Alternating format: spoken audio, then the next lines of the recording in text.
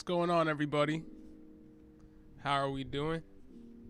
How is everybody in the chat? Balls be swinging. What's going on? Thanks for joining us. Thanks for the hashtag. You already know.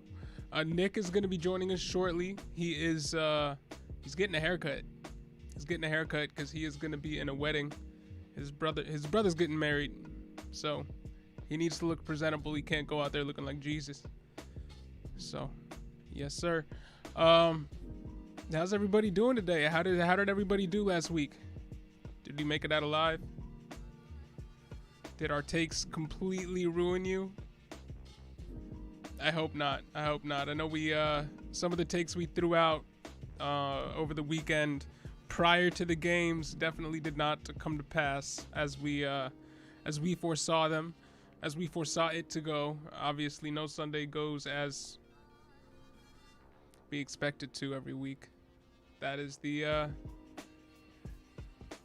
it's the unpredictability of fantasy football. But what's going on, y'all? Anybody got any questions for us? Balls be swinging. How did you do this week, bro?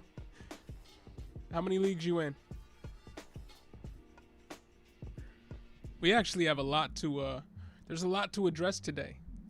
I can't I'm looking forward to Nick being here because I mean there's obviously the Derrick Henry situation. And then there's obviously the Calvin Ridley situation.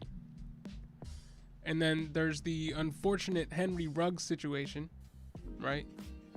I mean, we got to talk about that and the fallout of it. I mean, it was trade deadline day today. Nothing really of note happened on the offensive side of the ball that really impacts fantasy leagues outside of leagues that play with defenses and leagues that play with IDPs and that sort of thing. I mean, the Rams, obviously, huge pickup early. Getting Von Miller. That's an incredible get. Obviously, the Melvin Ingram trade for the Chiefs could be big. I'm not really sure how that affects who you're going to be playing each week. If you were playing if you had the Rams defense, you're playing the Rams defense. The Chiefs defense, I doubt with how they've been playing that anybody was playing them. But yeah. Trade deadline day, I was expecting a little bit more. I was thinking maybe there's a Marlon Mack trade. Maybe there's another running back being moved with Derrick Henry going down. But not too much. Not so much. The last thing I saw on Roto World was Nathan Peterman was finally released. I don't know if that had anything to do with the Ruggs situation. Maybe they needed to free up a spot to sign another wide receiver. Something like that. But obviously they can't make a trade. And I didn't see a trade go over the wire for the Raiders. So not sure what to go with there. But this Tennessee running back situation. How's everybody out there feeling about Adrian Peterson right now, filling in for Derrick Henry? That is a wild situation. I was not expecting that when I woke up a few days ago. Yesterday, really.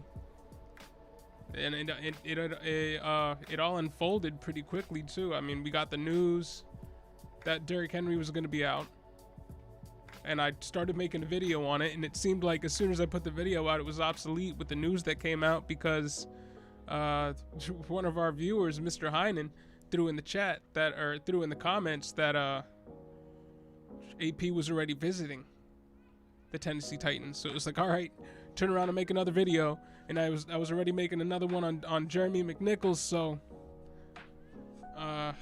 yeah, if you listen to that Jeremy McNichols one, we're advocating that he is an RB2 in that video. He is not an RB2 with this AP signing. I think the AP signing makes AP an RB2. I think AP is a mid to low end RB2 in standard leagues or in PPR leagues. with obvious high-end RB2 touchdown upside, but in standard leagues, I think that's where he really shines. I think in standard leagues, he steps in as a mid-tier RB2, and he has mid-tier RB1 upside. Because with the way that team operates on offense... Hold up. It looks like we got Nick in here. Let's bring Nick into this chat. You don't got to hear me rambling on this whole time. Nick, what's going on? You hear me? Sorry for the delay. What's going on, bro? Been a hectic couple of days. Been a hectic week. Turn your mic up. Turn your mic up. Turn your mic up. How about now? You got me? Yes, sir. How you doing, though, bro? Not too bad. A lot happened in my personal life, or personal life in general, this past week. Busy with work, getting ready to go out of town for 10 days. I'm currently eating a bag of Skittles. That's the food that I've for the first. You're freezing like crazy. I don't know. You might have to sort yourself out. Yeah, you're freezing like crazy. But yo, Theo Von Miller. Yeah, Theo, things coming out of Vegas this year are crazy. It is off the field. It's not a good look. Not a good look at all. First of all, am I any better from the freezing perspective? You are better. Yeah, a little bit. Okay. For me, at least. It just needed to buffer a little bit. Yeah. First thoughts right off of the bat. Like the Vegas. I mean, yeah, this is awful. This is awful. Yeah, I mean, prayers up for those affected by whoever the family, whoever the family of the person that died, the friends of the person that died. Right. That's the family most of the thing. person whose life was lost. Yeah. Henry Ruggs made a colossal awful. Yeah, it's not just career altering, that's life altering for more than one person. So yeah, I mean, him included. I don't know if he comes. He's a talented guy. I don't know if he comes back to football after this. I don't. On the low end of things, you're looking. I saw the report where you were looking at 2 years, and on the high end of things, you're looking at 20 years. So I think I've read somewhere that it's 2 years if there are injuries that are suffered. It's longer if it depends if the person's like at fault or not, if they're impaired or not, and it looks like he was. The report said that he Theo, was. Thanks for that, bro. Yeah. we'll get there. We just gotta address this, and then we'll move forward into lighter topics. Mm-hmm. Yeah. Obviously, this is still an ongoing investigation, but I mean, he's charged with DUI.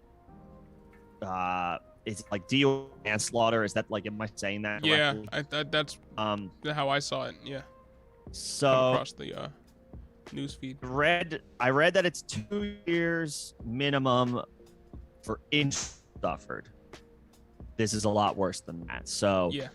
I'm not a lawyer. I'm not a detective. I'm not anything as far as a legal process is concerned. But if Henry Ruggs' career was over, that would not surprise me. I mean, I think since considering the factors that we seem to already know, mm-hmm. We're not looking at. I mean, I'm not a lawyer either, but 8 to 10 years is probably what we're talking about here. And I mean, at 32 years old, no team is bringing in Henry Ruggs. His career is over. Mm-hmm. Yeah, it's done. His career is over. Yeah, it's done. I mean, to pivot to the fantasy perspective of this, and not to diminish the topic, because I have no sympathy for Henry Ruggs. I have all the sympathy in the world for who for the lives and family that he impacted. He is not the victim in this situation. No. But from a fantasy perspective, I mean, this might get Darren Waller going as far as I expect it to. As far as going to consensus. Brian Edwards should see a couple more targets here and there. Yep. Zay Jones, Hunter Renfro was already a full-time player. I think Jones kind of becomes more of a full-time player as a result of this. I mean, shoot, maybe Darren Waller sees just more wide receiver snaps and Foster Moreau gets more involved. I think it's arrow up for Darren Waller for sure. I think it's arrow up for Hunter Renfro. All I can say right now is yes, theoretically they're going to get more work for Brian Edwards, but we've said that over and over and over again, and I'll believe it when I see it. They might be forced to, but I'll believe it when I see it. There's a real reason to now. Right. Yeah. Especially since this isn't like he's out with injury. He'll be back next year. We have him in our future plans. You don't have anybody else a wide receiver in your future plans outside of Brian Edwards. You kind of have to restart, and considering the start that Henry Ruggs was on this year, I mean, they really have to reevaluate their entire receiving core. Mm-hmm. Do you expect them to go after a Deshaun Jackson? Just to kind of fill out that role. They could. The team that first came to my mind for Deshaun Jackson was the Saints. Fair. Yeah. They're so needy at wide receiver. Yeah. But the Raiders are, the Raiders 5-2, I believe, right? I think I have that record. So I mean, they're just as much in contention for the playoffs as are. So Deshaun could go to Vegas. He wants to stay on the West Coast where he's originally from. Obviously, that gives him an avenue to do that. But he's got to clear waivers first, so that's probably going to take another 24 hours or and so. Wherever he goes, I'm not going to call him fantasy relevant yet. No, I got it. Maybe New Orleans, maybe, but even then, you're talking about Taysom Hill. He might throw for 200 yards a game. Yeah, that's probably not going to be too fantasy relevant regardless of the landing spot. No, I don't see it. See it. Yeah. Unfortunate situation all around. We hope the best for everybody involved, as the best as can be. Never want to hear the about. best as can be made of a crappy situation. But let's get to those happier things in the chat that Von Miller was talking about. Theo Von Miller. Von Miller too. We got to talk about the trade deadline day. But banana or chocolate chip pancakes? Chocolate chip. Just give me some blueberry though. Yeah, I'm gonna swerve completely. Swerve completely. I love sweets. I have a big sweet tooth. I mean, I Exhibit A. I have a big sweet tooth. This is literally my first meal of the day. All right, Marshawn. Hey, Marshawn knows what's up. The fruit on trying top to get a of sponsorship deal? I see you. Give me the chocolate chip as a result. When I add sweet to sweet, like chocolate chip. I don't do fruit in my pancakes. I prefer. If it's not chocolate chip, just give me plain. Just give me those buttermilk. Just give me plain, and I'll put. Yeah, I'm more about plain, butter and syrup on that. That's about it. If I'm gonna mix my pancakes up with something, it's gonna be blueberry. Yeah. What about you, Theo? But what's going on, AB? What's going on, User Nerd? Who do you start at tight end? Jared Cook, Dan Arnold, Tyler Gronklin. I see what you did there. I see what you did there too. Dan Arnold. You think I'm kind of inclined to say Dan Arnold. Didn't he get 12 targets last game? Did he? I believe so. I believe he got an insane target workload. Let me take a look at that. Yeah. I'm gonna take a look at his air yards through the last few games. I mean, he's definitely gonna have a chance rest of the season because it doesn't look like it's all gonna. It doesn't look like it's happening for Laviska Shenault. Yeah, he had 10 targets, 8 catches, 68 yards. Now, point, the Jags get the Bills this week. Right. And I don't really want to start anybody against the Bills. No. I don't want to start a single player against the Bills. But the one person to go off against the Bills, was it not, or do anything productive or of note against the Bills, was it not Gesicki? Was it not Gesicki last week? Yeah, I mean, Jalen Waddle, who we both liked, got 12 targets, but he only turned it into 4 catches. It was pretty low totals. Yeah, Gesicki had 4 targets, 3 catches, 48 yards. So, almost 50 yards. Like, honestly, that's a decent floor line for any tight end. Three for almost 50 yards. So, yeah, I mean, Dan Arnold and obviously Sam Darnold missed a chunk of the game with a concussion. So, yeah, I mean, Dan Arnold could come through. Obviously, Marvin Jones is likely to see Tre'Davious White. I guess you could start Jamal Agnew if we're just gonna go up. I mean, it's no. I mean, to stick to this question, it would be Dan Arnold for me first, then Jared Cook, then Tyler Conklin. But I could see a world in which you would put Jared Cook over Dan Arnold because of the matchup for sure. Because last I checked, and I will check right now, the Bills versus tight ends, they're giving up 7.3 fantasy points to opposing tight ends. That is 7th in the league right now. So it's not as bad as some of the other matchups. I mean, they're the best team against running backs right now. I believe they're the best team against wide receivers right now. I can check that too. They're up there. They are the best team against wide receivers right now, so you don't want to play anybody against them. But if you were to say that they do have a weak spot, because ranking 7th and not 1st, technically that's their weak spot. Technically, that is where they are at. It's against tight ends, so I'm not as... It's not a great spot to play him in regardless, but if I'm going to play anybody on the Jags, even Dan Arnold or James Robinson included, it would probably be Dan Arnold. I will say this week, Jared Cook gets the Eagles. And I was pretty bullish on Hockenson this week because of that matchup. Now, the Eagles came out fire, and actually Hockenson had a good game. 10 catches, 89 yards. So I would say actually this week, Jared Cook has the best matchup. Easily. Yep. Jared Cook has the best matchup. If you're playing the matchup game, Jared Cook. Yeah. I would play Cook. I feel like I get a little sucked into as far as good matchup versus bad matchup sometimes, but in tight end streamers. I mean, when it comes to the studs, you start your studs. Well, we learned that this past week with a few of the people that you told us to be wary of. That we told everybody to be wary of. I took an L on Amari Cooper. Yeah, I mean, the matchup, Brandon Cooks, you were saying matchup based, that wasn't the greatest play. But he's a stud, so we have to reevaluate the plays when we're talking about studs. But I think the matchups are something you definitely need to take into account, because you look at your prediction for Waddle. You said it was going to be a tough day for all the Dolphins, and you were absolutely right. You said it was going to be a tough day for Leonard Fournette, and you were absolutely right. It was a tough day for Leonard Fournette. It wasn't a tough day for Alvin Kamara because he's their whole offense.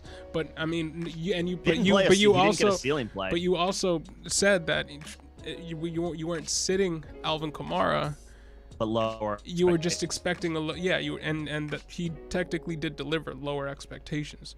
So really,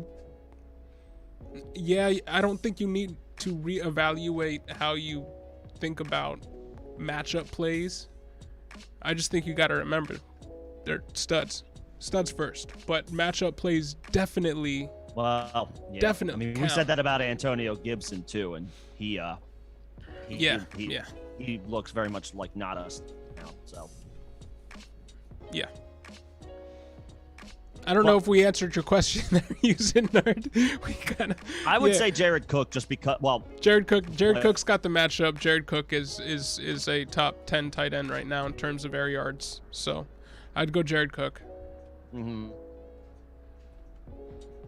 Dan Arnold would be the one play against Jackson or against Buffalo where maybe you feel okay about it, but I just don't trust the Eagles linebacker. No, I mean, you're right. You're right. I'm coming around to Jared Cook the more I look at it. I took a look at his air yards. It's right in between Hunter Henry and Noah Fant. So, yeah, I mean, he's getting that work. He's firmly in the top 10 there for me. So, yeah. Yep. Jared Cook there if you're for this week. Dan Arnold rest of the season. That's where I was getting mixed up. And the Chargers do have to travel to Philly, but it's not an early game. It's a late game. Yeah. I see my videos. Theo Von Miller. Von Miller to the Rams make their Super Bowl chances how much better? I mean, pretty good. They were already a defense to reckon with. This just makes it harder. What's going on with my video? I don't know. I'm sorry, guys. It's going in and out. I apologize for that. So I don't know how much better this makes their Super Bowl chances outside of they were already favorites in the NFC to go to the Super Bowl, I believe. I mean, Tampa. The Rams, to me, were already the favorites. You got to give Dallas their kudos. They're winning on the road with a backup quarterback. But the Rams right there, I mean, and the one thing that, and this isn't totally Matthew Stafford's fault. He just had to spend most of his career with an inept franchise. But he hasn't won a playoff game in his career. Yeah, I don't hold that against him. That's a Detroit thing. And we're going to talk about that later when we talk about AP. Because we do have to talk about AP and his time in Detroit. And yeah. Yeah. But, I mean, Von Miller is not the Von Miller of 2015 or 2016 when he won Super Bowl MVP, but you're still talking about a future Hall of Famer, a guy who is a difference maker in multiple ways. And think about that boost that just gives that whole like locker room. Team to be morale, like, yo, we're all in. It's clear that the Rams just don't care about having draft picks. And I kind of like the way they've been operating. They're just like, screw draft picks. We're just gonna trade them all away for good players and just continue to field a great and continue to build on this incredibly great roster as is. They could just fire their whole scouting department. Honestly, save some money. Let's go get the guys rated highest on Madden. Like, that's what they're doing with our draft picks. And it's working. Yeah, I like it.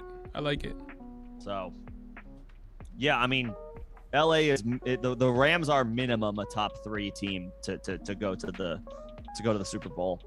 I would probably put them second over the Cowboys right now. Despite the fact that Tampa Bay lost, I don't know that I'm ready to put the Rams, and the Rams beat the Bucks this year. But if that championship game between Tampa and the Rams, and the game is in Tampa, that's the only situation I think I say right now where I would say the Rams are underdogs. Outside of that, they're going to be right there at the end. Yeah. I mean, unless they get hit by the injury bug, that's the only thing in their path. Sure. Or then, when their star player gets drunk and goes on a drive at 3 a.m. Yeah, we're not gonna get into that. Yeah. We're not even gonna. I don't even want to. We're not going down that road again. Yo, Theo. All right. Yeah, no, I'm with you. They need to be integrated into the whole. It's gotta be baked in. Yeah, it's gotta be baked in. Exactly. Exactly. None of the. Yeah. AB or 4-4. I feel like I need to make a trade. I'm leaning towards trading Kelsey. I have Knox on IR for 2 guys. Or what kind of player can I get for Kelsey? I mean, what trade did we just see last week? Where do you feel like you're weak? What trade did we just see last week? We saw a trade a few days ago where somebody traded and we thought it was a good trade. We were like, if you go and get Kelsey and you gave up just that much, that was good. Yeah, they acquired. It was a 2-for-1. It included a tight end, and I think it was a running back. Yep. Gibson included in the trade? Fanton Gibson. Somebody was like, that sounds kind of right. Somebody's like, I traded Fanton Gibson for Kelsey. How do you guys feel about it last week? Just a few days ago, and we said we both liked the trade. Now I know it didn't work out for Kelsey owners this past week, but he's still the top tight end in the league, and it's not even close. I wouldn't want to trade Kelsey, man. I mean, unless I need more than Noah Fant and Antonio Gibson, who, by the way, Noah Fant was put on the COVID list today. So if you can absolutely get 2 guys, but I mean, I don't know if the other owners out there are willing to give up what the price would be for the best tight end in the league. And coming off a bad week. Right. He's still the best tight end in the league. I know. And you look at the Chiefs right now, how they bail themselves out of their current situation is through Kelsey. Mm-hmm. So the upside is he can only go up. That's what I'm saying. So. Oh yeah, I mean he's had a couple of dud weeks this year. Which I don't think you couldn't have said that about him last year, but also you couldn't have expected last year's results this year again either. I don't think I would trade Kelsey, one, coming off a bad week, and two, no matter what. Let's put it this way: if you trade Kelsey, no matter what, I think you should trade Knox. You should trade Knox. He's on IR. I don't think you don't need Knox. No, he says I have Knox on IR, so he can trade Knox. Sure, Knox has value. The report is he's day to day, which means it's a lot. He was expected to be week to week at this point, so his recovery is going better than planned. He should be back sooner than later. And the Bills are using him. I think you can trade away Knox. Get for Knox. If you're trying to move somebody, don't move Kelsey. Is my point. Move Knox. I agree. Don't move Kelsey. I just don't know what you can get for Dawson Knox. Somebody might be high on him. I mean, I'm high on him. So sure. If I was in your league, you would be able to trade with me. If you have a Bills fan in your league, then go for it. But yeah, I wouldn't trade Kelsey. I mean, if you can get two. I mean, you're 4-4. Where are you in relation to the rest of your league, AB? Yeah, you're not dead. If you were 2-6. Because I'm 4-4, but I'm firmly in the playoff hunt too in one of my leagues, and I would, if I had Kelsey, I would not be trying to trade away Kelsey to jumpstart me forward. Yeah, I would be thinking I had 4 weeks of bad luck. Mm-hmm. So. Yeah, you're right in it. I mean, yeah. It's not like. It doesn't sound like you're in dire straits. But, I mean, let us know who your wide receivers and running backs are. From there. Jaquafius, what's going on, bro? What do you think about starting Jeremy McNicks over Elijah Mitchell if he's healthy? Absolutely not. Absolutely not. I would have advocated this maybe if they did not go out and sign anybody to their current running back group. But the addition of AB relegates Jeremy McNichols back to that third down role. And he only really exploded in the game where A.J. Brown was out, and Julio was out, and Ferkser was out. That's when he exploded. He'll get more work now because Adrian Peterson's not going to completely absorb. He's not going to absorb, all of Derrick Henry's touches. Henry was getting 2.5 targets per game. So, yes, Jeremy McNichols might have 4 targets a game. But he's not fantasy relevant because this AP news means, and this Donta Foreman news, to be honest with you, because Donta Foreman was a guy that the organization was familiar with, and just comes in and could see depth touches right away. I think they give the majority of touches on the ground to AP, and then they I don't know how much. I mean, I don't think Jeremy McNichols is going to see J.D. McKissick work or Nyheim Hines work or something like that. Well, what I'm saying is Derrick Henry got 28 carries this past game. Adrian Peterson's not getting 28 carries. Not in any game. Not but he could get 20. Sure. He could get 20, and then that leaves 8 to 10 for somebody else. Yeah, but then Donta Foreman, and there are other running backs there. They're going to pick up all of them are going to contribute. This team has never given Jeremy McNichols a large portion of the workload on the ground. I know they haven't had reason to because Derrick Henry. Right. But I think every move they've made signifies to me they want to keep him in a minimal passing down role. They had him on their team. They went out and got Darrington Evans. He hasn't worked out, but they obviously wanted to get him involved at the expense of Jeremy McNichols, despite the fact that they gave him 12 targets week 4. Yeah. I don't see the organizational trust in Jeremy McNichols. Well, Darrington Evans is also on IR now. I understand that, but you know what I'm getting at. Yes, he might be second man up there on the depth chart, but it seems like we're gonna have to see how it plays now. Yeah. But I am in a group. He's not gonna have a significant enough where I say, yeah, start him over Elijah Mitchell, Right. who looks like he may be the waiver pickup of the year. After Yeah. there was a lot of questions about it immediately after week 1 when people were spending fob on him, he looks like the pickup of the year. I don't see how you keep him out of your lineup at this point. No, and Unless you got this is three coming from anchors at running coming from somebody who spent 80 fab on him like week 2 or whenever he was up for a bit, and then never played him once in his lineup. Now I'm gonna play him every week. You should have had him in last week. I was doing this last week, and I went over the 1 p.m. threshold. Wow. Fleshhold. Nasty. Gnarly. I forget I said that. Okay, all right. Well, you had all week. Yep. I know. Anyway, I did. Mitchell's got to be.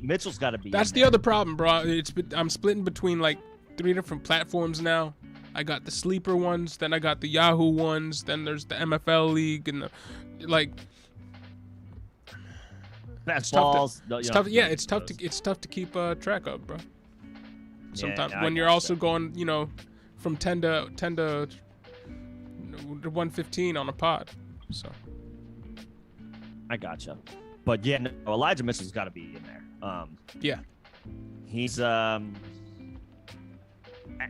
Jeff Wilson, there was a report that he could be back at practice. Is it this week or next? Anyway, it's like he's facing a return, but I mean, Elijah Mitchell looks like he's taking over this backfield. I can't sit him at this point. Yeah, you haven't seen Jermichael Hasty come in and get a ton of work at his expense, or I mean, he's all but relegated Trey Sermon, who was their 3rd round pick, Hasty to the bench. Relegated. Well, I think Hasty relegated whatever little mop-up duty Sermon could have maybe. Right, but Sermon's closer to Hasty than he is to Mitchell. Elijah Mitchell's role isn't going anywhere. He is their new Raheem Mostert. No, he's their guy. I think he's their guy for the rest of the season. Yes, I think he's their guy moving forward. Maybe Jeff Wilson mixes in. I don't think rest of the season. I think moving forward, if you have him in Dynasty, I think nice pickup in the 4th round or wherever you got Elijah Mitchell. I got him top of the 3rd. Yeah, great, good job for you. High five. Appreciate that. I feel good about it. Good drafting. So yes, Elijah Mitchell over Jeremy McNichols, and those are our thoughts on Jeremy McNichols. Also, what do you guys think about picking up Hunter Renfro since the whole thing with Ruggs happened?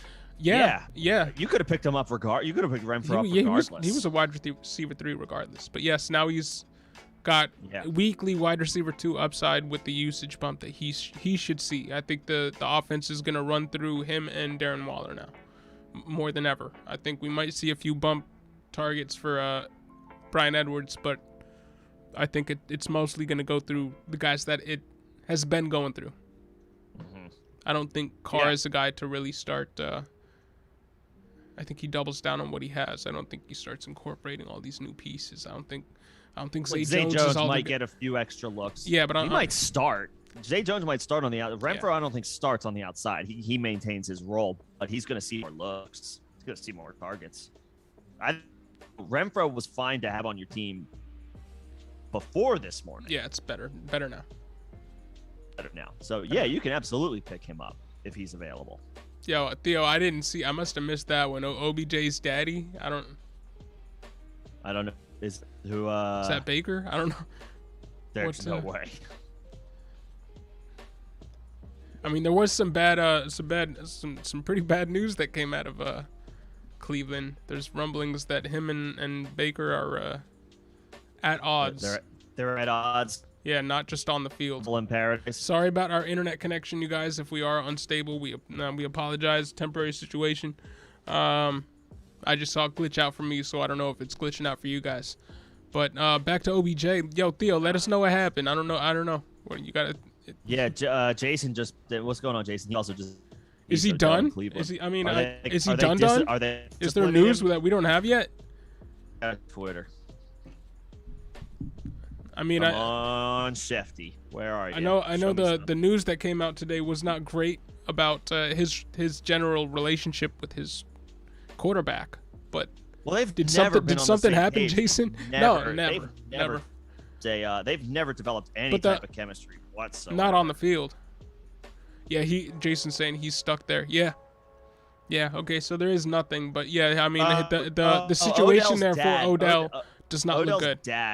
Odell's dad went on or had some comments about how he's always open, basically taking shots at Baker. I'll be honest, I think it is a little bit more on Baker than it is on Odell. I've seen so many, and I know it's highlights, but I've seen so many weekly highlight reels of OBJ catches or OBJ targets where it's like he'll get hit in the hands. He's definitely had some catches that he did not make that he should have. But they're both. Baker's not finding him enough, and the few times that Odell is getting his opportunities, he's not capitalizing on them. It's been a bad mix since the trade. Because, I mean, Jarvis Landry has been the better receiver every year in fantasy than compared to Odell Beckham that he's been on the Browns. Landry has been I remember I said in my draft plan. But they've been given the same. Jarvis kind of operates as that team's wide receiver one. Right, but he's been given the same opportunity share as Odell. Odell hasn't done this as much with it. I don't know how much of it is Baker. I mean, we got to put some of it on Baker, but it's not. Some of it's on Odell. We've seen other wide receivers, other players have no problem catching targets from Baker Mayfield, and not just Jarvis Landry, but some matches aren't. I guess I think this is one of them. He might have been wide open, and he might have been wide open and not targeted Jason in like this past game. There's been I think there's been more. I think there's been more instances where he's been open, and Baker's just finding him, not seeing him. He's not. Well, because he doesn't trust him. Because when he throws it to him, he hasn't been doing much with it for 2 years now. I wouldn't trust him either. I'm sorry. I don't know. I think it's a trust. Going back to Giants Odell. I think it's a trust issue on the field. I think that's what it comes down to. I would be looking at it's not that Giants, Baker is bad tape of Giants Odell and be bad. Like, I need to get that guy the ball. Baker doesn't trust Odell regardless. It's a bad situation. Yeah. Odell is. For the rest of the season, what do you put him at? Wide receiver 3? Rest of the season, Odell? 4? He has 2 shoulder injuries. Is he in your lineup? No. He has 2 shoulder injuries. He's a wide receiver 4 or 5. He's not even a wide receiver 3. He's wide receiver 45 to 60 is kind of the group in which I will rank Odell moving forward. With it's been a shoulder injuries, disaster. They're not going to try to target him now. Nah. Now he's just his dad and this whole situation and the narrative is probably just alienating him within that locker room even more. For sure. So LeBron James tweeted today, free Odell. Like, it's a mess. It's the hot mess. Yeah. Obviously the trade deadline has come and gone. Odell is still in Cleveland. So they're gonna have to play this out for the rest of the season. This could mess up their locker room. Like it might have already. Smaller things might have already. Smaller things have fractured locker rooms before. Like, yeah, the vibes in Cleveland right now are not very good. How much of this reliance on running backs from the Cleveland Browns has been? There's just been dysfunction in this offense from the passing. Well, they want to run. Yeah, they want to run the ball. They're an offense that want to run the ball more than most teams. Right, but how much of it is we just our wide receivers are injured, and even when they're in the game, we can't rely on them. Odell has been, and they're making noise, like how much He's of been it in and out of the lineup. Yeah, I don't know. This whole situation with the Browns, it's bad. I think they need to divorce. Yeah, like they need to find a way to move on. If they couldn't get it done today, it should probably happen in the offseason. They probably should have done what it takes to get it done today. Yeah. Where is the Saints were in on him? Saints were apparently They should have in just on him. given him away to the Saints for whatever they could have gotten. Yeah, get a What are they hoping fifth-rounder for? A him. compensatory pick when he's not going to make it to the end of his contract. You gotta suck it up and like accept a 5th-round pick for him or something if this is how it's gonna be. Get a 6th-round pick for him. Get anything. Yeah, get Anything. a pick. Melvin Ingram was traded for a 6th-round pick today. You Right. just throw a 6th-round pick at Odell and accept it, because If it he's means not- getting rid of this situation, then yeah. he's not helping you win, get to the playoffs.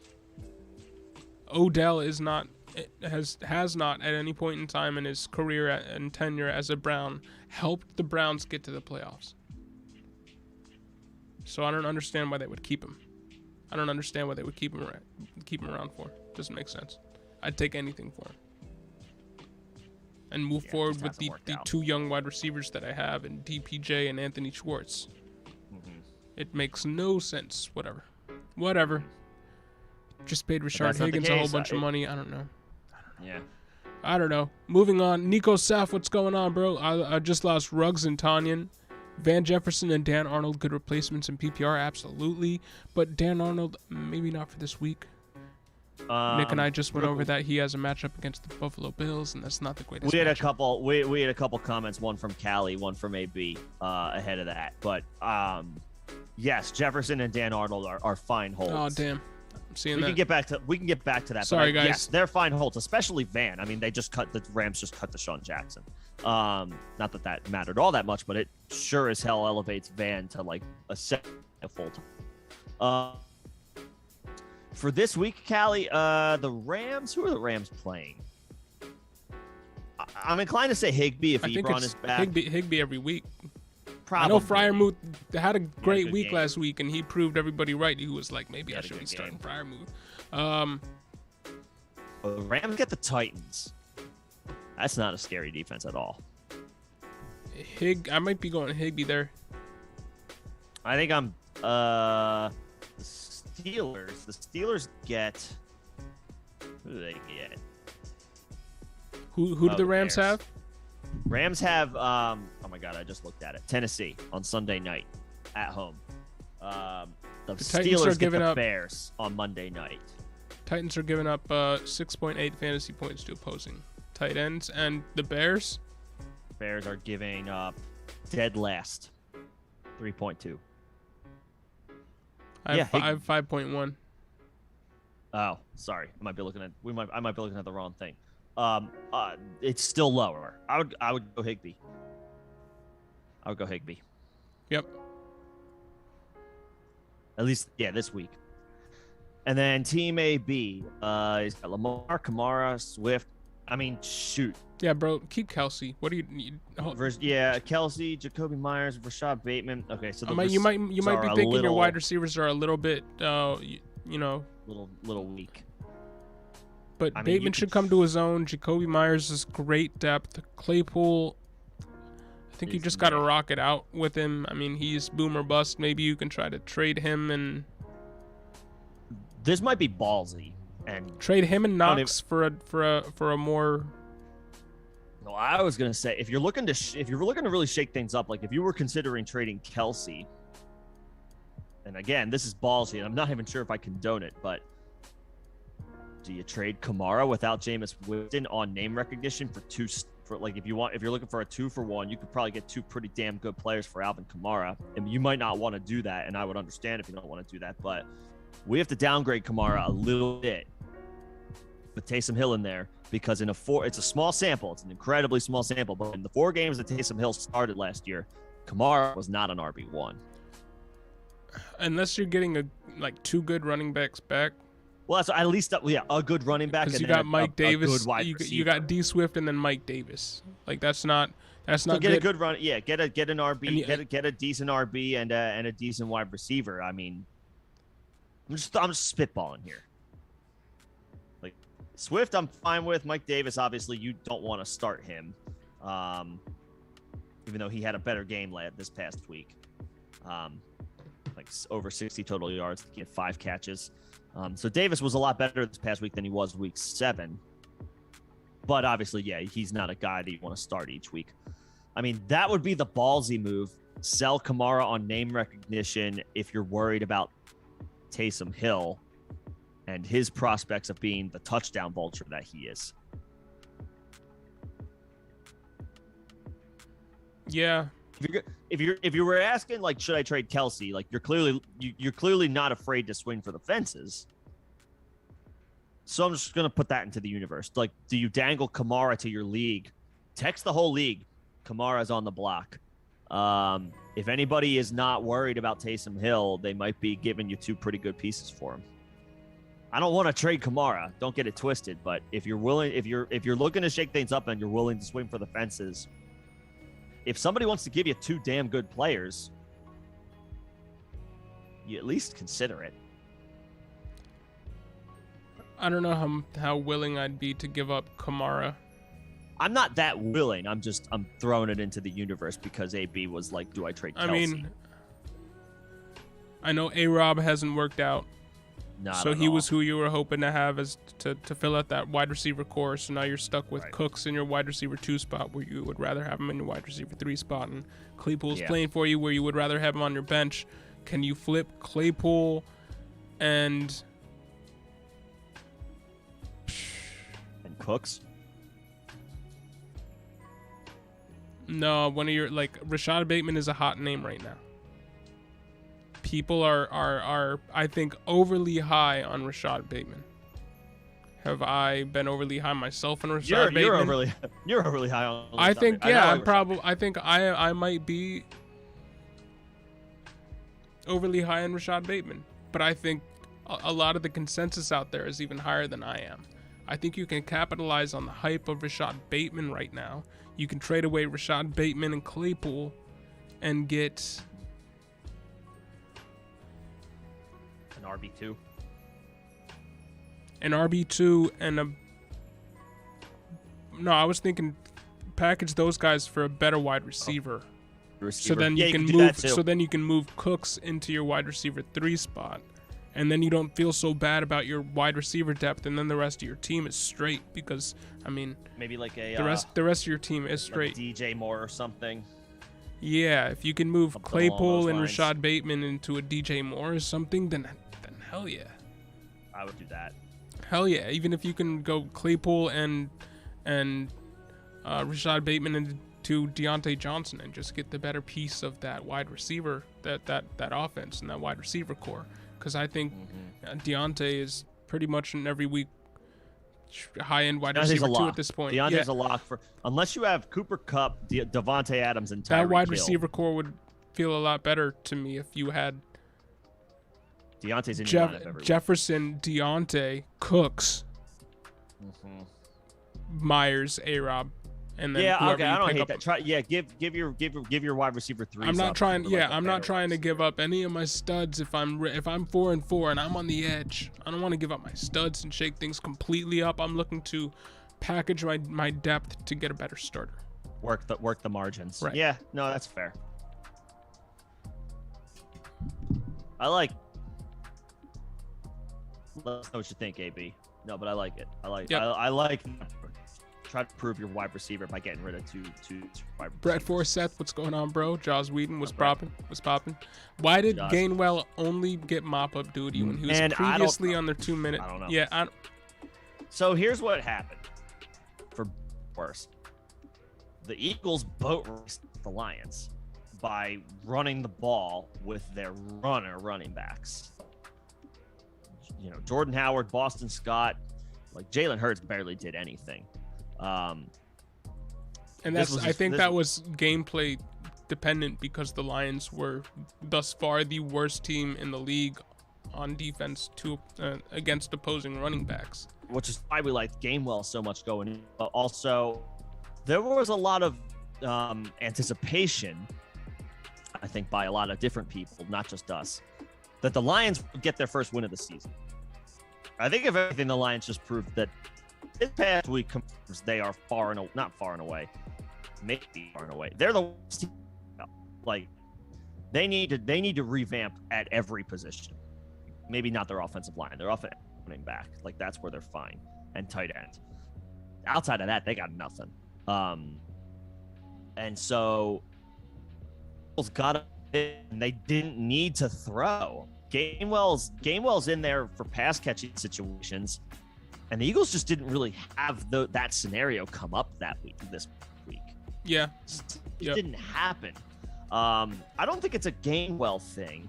Now, it's fair to anytime a running back or anybody goes down, it's not always path. Like, oh, the guy who is like the backfield. It's not a linear path that guy just absorbs more work. Yeah, but I don't think there's really a rhyme. It was just a blip on the radar for Gainwell. I really do. I think it was just the circumstances were just against him. I mean, nobody's predicting Jordan Howard in 2021 is going to get the majority of touches for any team. And nobody's predicting the 2021 Eagles to blow anybody out, even another bad team. Right. So we're not going to predict that going forward. Gainwell has been good all season. He didn't just have one hot game. Blip on the radar, I think. And when Miles Sanders comes back, do you think Jordan Howard is going to be doing anything? Hell no. No. See, I guess that's kind of what I was trying to allude to. Like, Jordan Howard is the one who goes back to be afterthought whenever Miles Sanders returns, whereas Gainwell maintains his role. Look, I think he's going to be needed more this week against a much better Chargers team that can actually score. Through the Las Vegas game, I don't think Boston Scott had gotten a touch on offense. So, he had very few snaps just in general. Right. So, I mean, once everybody gets healthy in this offense and Miles Sanders, it should still be week to week, but I mean, we could see him in 2 weeks, 3 weeks show back up in this lineup. Mm-hmm. He could. Don't overreact to this week. Jordan Howard and Boston Scott aren't it. Gainwell will continue to be a staple of this offense because he has been. Well, they might get touches this week again. But I'm not. But I would expect Gainwell to be more involved. I would be. Yeah, that's fine. I would be more inclined to believe that Gainwell more involved against a Chargers defense. One, the Chargers as a team are significantly better than the Lions, and so game script favors. There's a little bit more neutral game script there. And two, they're also not that good against the run or against running backs in general. So I wouldn't pull the plug on Gainwell. If you still need a play like that, I think he's okay to still fire up next week. I think so, which should be a more competitive game. I'm not as gung-ho about playing him, but maybe not. Because I was pretty like dead set on this guy's going to be an RB2 this week. I was. That's my L of the week was Gainwell. We got a Gainwell or question on for start on Saturday or on Monday. I can't remember who it was for, but whatever it was, I lost it. So, I said Devontae Marvin Jones, but that was a significant loss. But neither did anything. Again, the Eagles didn't need to throw the ball this game. That's the thing. Like, that's not going to be the case again. So Gainwell should be fine. Yep. He'll be fine moving forward. Just a weird blip on the radar. And if this presents a buying opportunity, you already know what I'm going to say. If this presents a buying opportunity at all for Gainwell in Dynasty, go for it. Cheap. Yeah. You should be able to get this guy real cheap. Yep. So, I think that does it. But we got the Alex question here. In Dynasty, what would you trade for McNichols? What would you trade for Brandon Cooks? I'm not giving that much up. I'd give up a third for McNichols. Sure, a third for McNichols. That sounds fine. And if I have Brandon Cooks in the league, I'm not trading him. Because what I can get for Brandon Cooks is not worth what his value is to your team right now. If your owner in your league of Brandon Cooks is anything like me, which you might be, then you're probably not going to... You'd have to really overpay to get Cooks off his squad. If... He does have one more year where he is locked in playing for Houston after this year. Yeah, and he should be the biggest... you have the again, biggest target share. One of the easiest, like, 8th round picks. He's going to get faded again, and people are going to fade him again because that's what they do every year. They'll make up something like, oh, he's going to be playing with bad quarterbacks, and then it won't matter. It won't and matter. He'll be a wide receiver, a high-end wide receiver 2, low-end wide receiver 1 next year too. What would I be willing to trade to get him? So he's 28. Still got, I would say he still has 3-4 years, if not maybe 4 or 5. Yeah.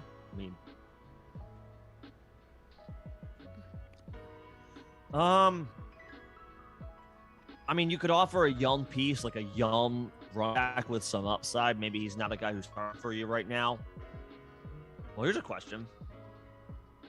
If you're in a situation where maybe you're contending and you feel like Brandon Cooks is a player who could solidify your lineup, the guy we just got to talk about, would you trade, like, if you didn't need him this year outside of a spot start here, trade a Kenny Gainwell? Would I trade away Kenny Gainwell to get Brandon Cooks? And then you need to throw in like a pick as well. If I had Kenny Gainwell and I didn't need him and I needed a wide receiver, yeah. Brandon Cooks has been one of the best wide receivers in the league this year. He was one of the best wide receivers in the year last year. The year before that, he had 3 concussions in a 6-week span, and that like ruined his credibility in the fantasy world for some reason, because before that, he was a top 12 fantasy receiver.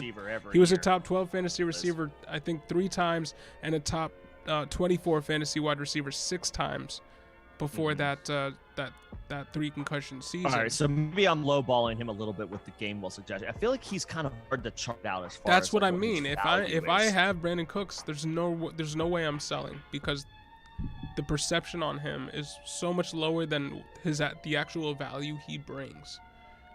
That I'm never going to see eye to eye does that with mean? anybody. Yeah, I mean, does that mean you could buy him cheap? Probably, if the owner doesn't feel the same way that I do. But I don't know how many Yeah, owners Alex, who have been I would say, starting like, him for the past 8 weeks don't feel the same way I do. If you want Brandon Cooks, I mean, yeah, do you have a couple young pieces, like a couple young running backs, like maybe not a couple, but like if the Cooks owner is looking to rebuild, I need like Elijah Mitchell, and okay, that's okay. You know, that's what I'm talking. I'm not Sounds talking about Kenny fair. Gainwell. I need somebody who's really getting run fair. right now, and then Like I need Mitchell extra, for a and then I need Cooks. extra because he's a wide receiver 1 right now, and I don't know how many Mitchell people, and, how many people are willing to give up more than Elijah Mitchell right now in a dynasty league for Brandon Cooks, and I'm of the belief that he's worth more. Depends on running back, like Mitchell in a second. For I'm just, you know, for a 28-year-old wide receiver. You're buying Cooks, and you feel like you're buying contending. Cooks, and you're giving You're away. buying Cooks, Right, and that's right. an offer. Like, you know, you're saying like, I'll give you Elijah Mitchell and a 2nd-round pick for Brandon Cooks. Would you do it? Or sorry, If the Cooks owner's owner like, comes the owner's through like, and says, if you want Cooks, Elijah give me Mitchell Elijah and a Mitchell in a 2nd-round second. pick. Yeah. Would you give that up? Obviously, I mean, that would be the price if I was asking for him. Something like that sounds fair. That sounds fair. Because he is 28. To your point, has had some concussion history. Not like soft tissue injury issues. That's not on his resume, so that's good. And for a runner, especially for a guy who and the fact that the Texans who have been vocal and in the public multiple times about saying that they're willing to trade away veterans, and they did it with Mark Ingram. The fact that they didn't trade away Brandon Cooks, to me, with how many wide receiver needy teams are out there, with what you could probably get for Brandon Cooks on the open market, I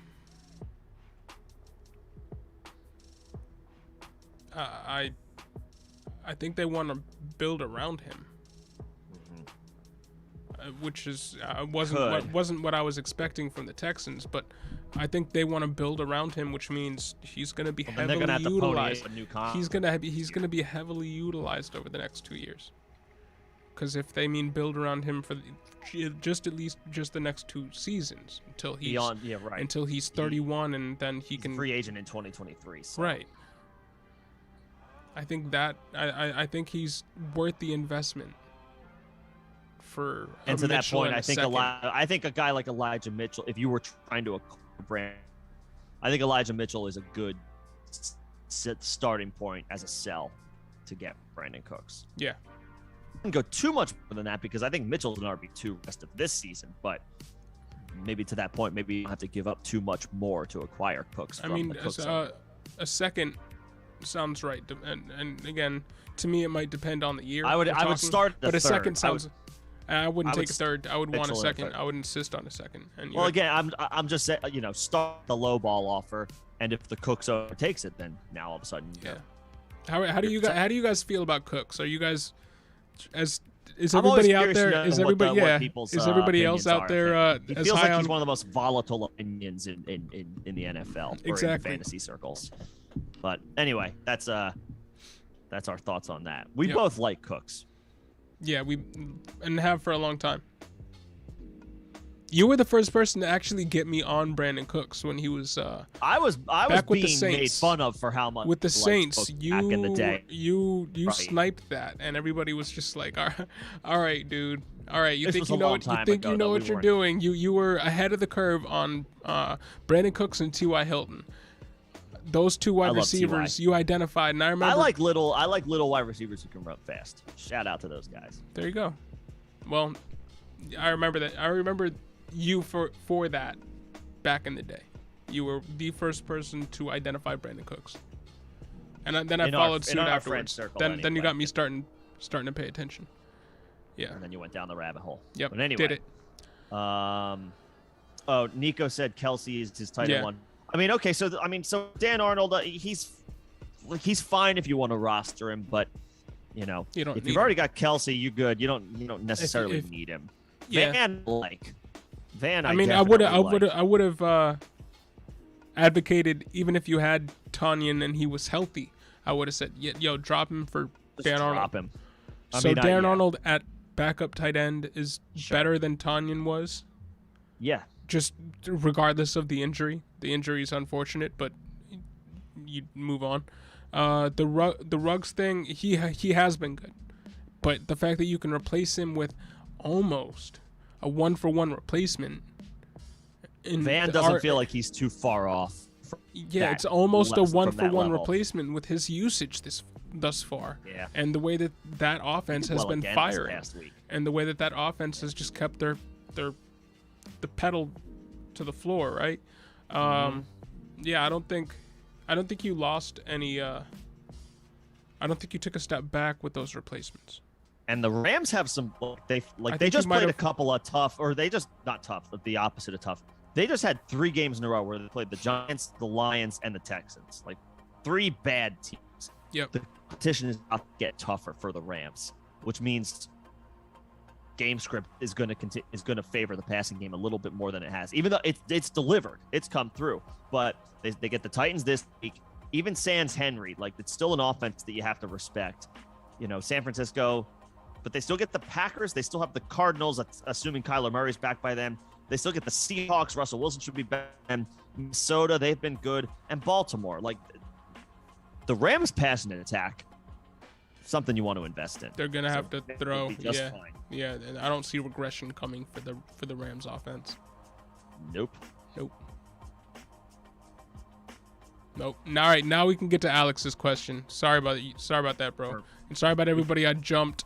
I apologize. My chat's acting a little funky with these technical difficulties. We hope that they will be a thing of the past pretty soon. I feel like I've been glitching a little bit. Yeah. Hopefully it's okay. Yeah, I mean we both have.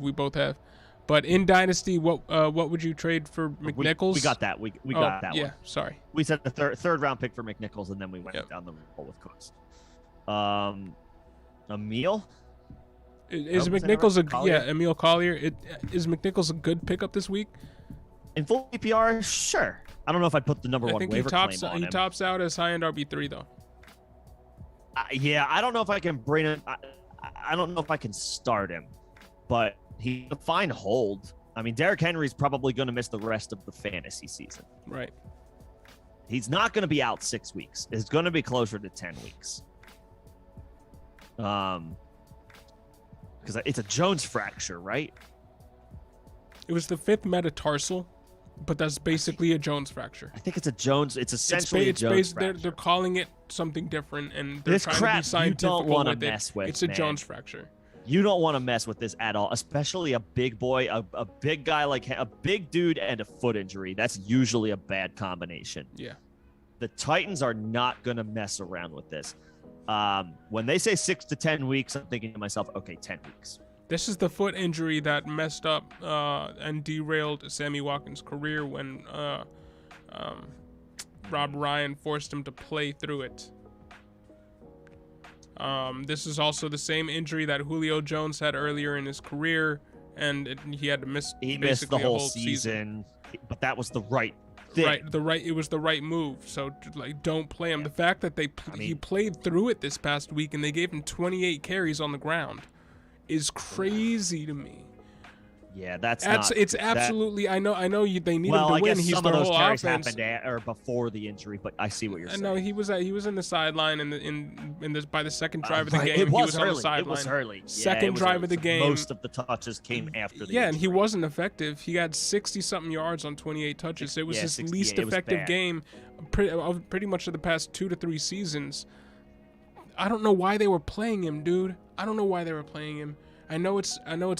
Maybe he thought he was fine. Maybe Henry was saying, "I'm good." I'm sure he was, but you can only try. Like if a player, because you don't know on the field if he breaks a bone in his foot, you don't know the way as a coaching staff. I mean, a trainer maybe should be able to diagnose that, but they're going to need time. If Henry's saying, "I'm good, I'm fine," in that instance, I understand you kind of got to take a player at his word.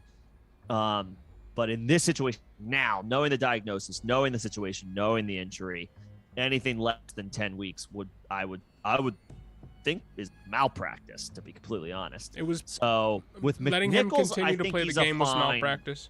Well, yeah, I mean, I don't know how much they're able to diagnose. I know, but in that immediate situation. I've seen it play out, and I know they're different positions.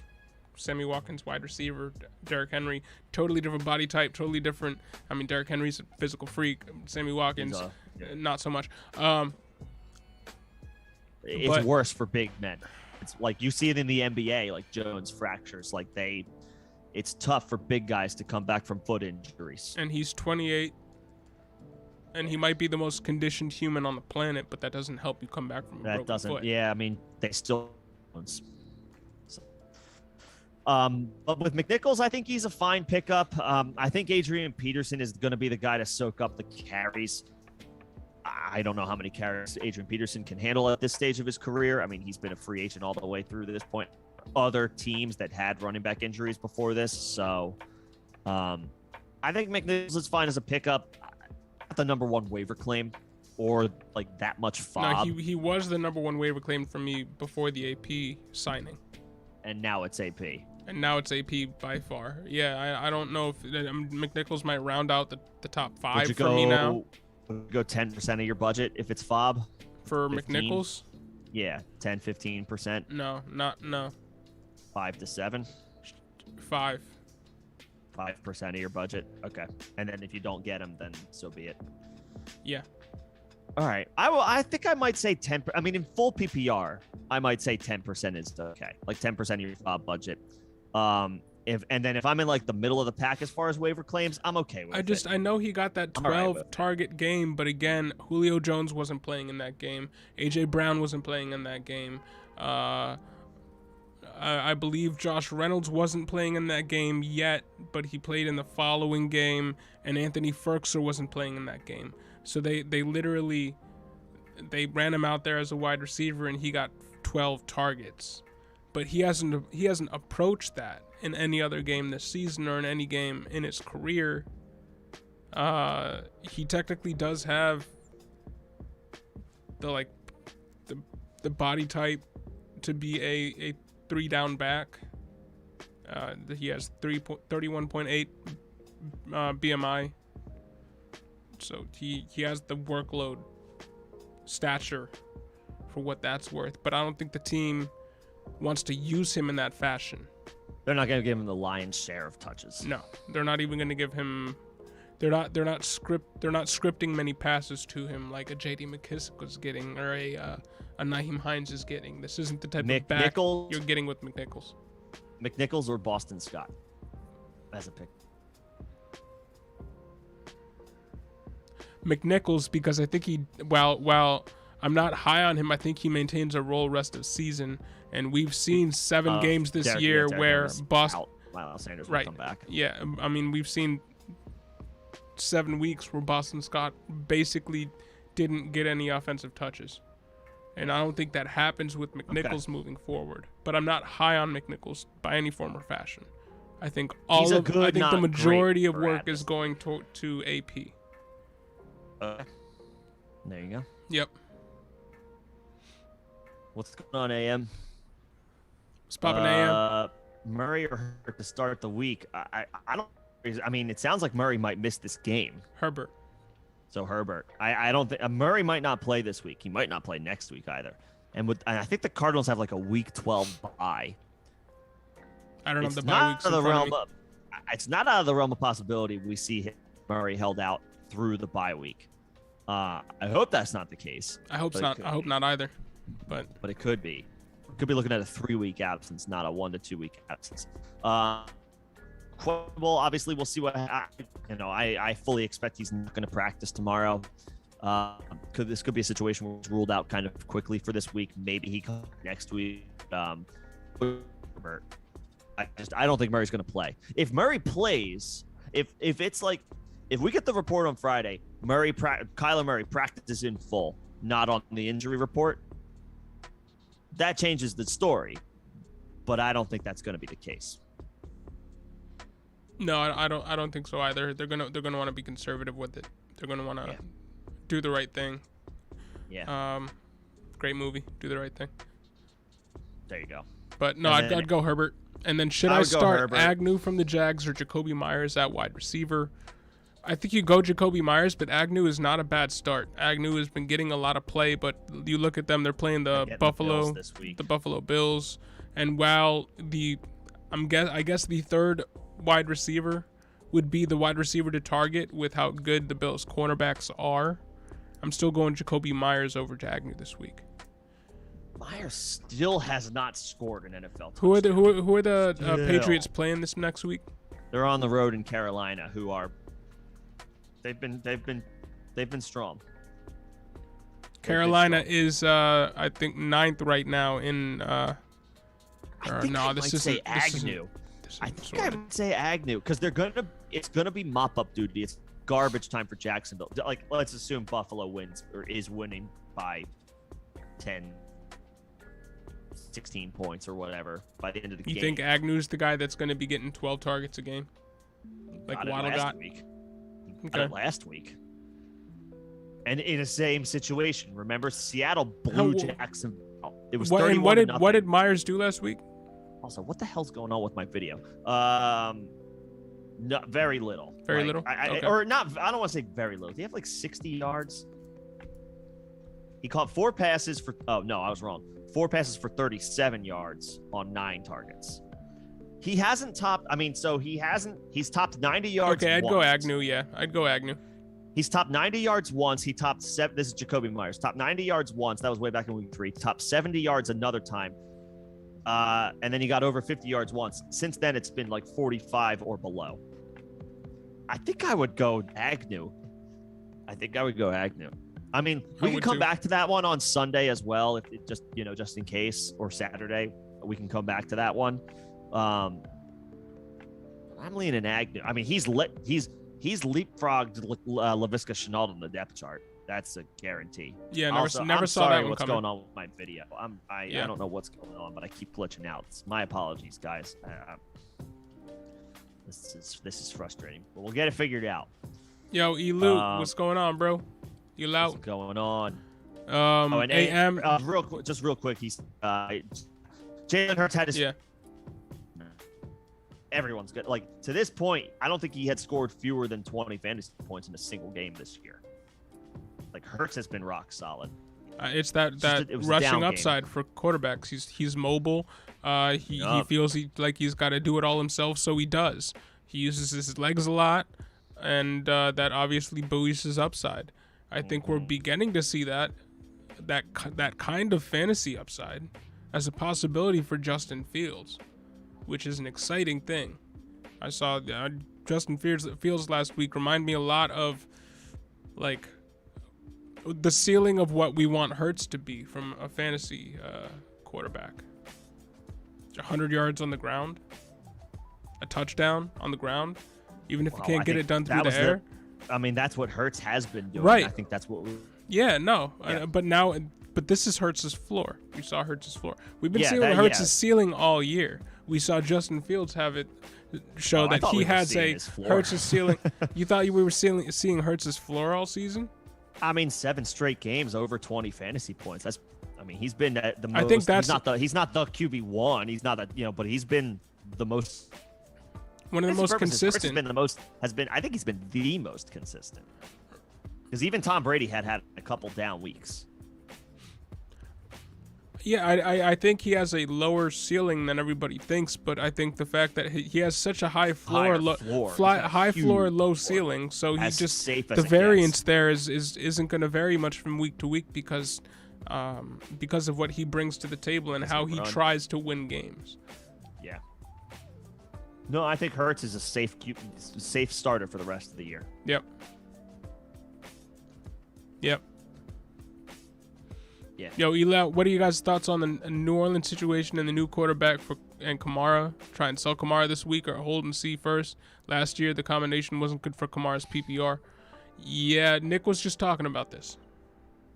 Yeah, I was just talking about this and also just put a video out about this yesterday. Kamara was not the RB, not even forget like high-end top 3 RB each week. He was not an RB1 in any of Taysom Hill's starts last year. Obviously the offense is a little different this year. There's no Michael Thomas. Emmanuel Sanders moved on. Well, there hasn't been Michael Thomas to this point.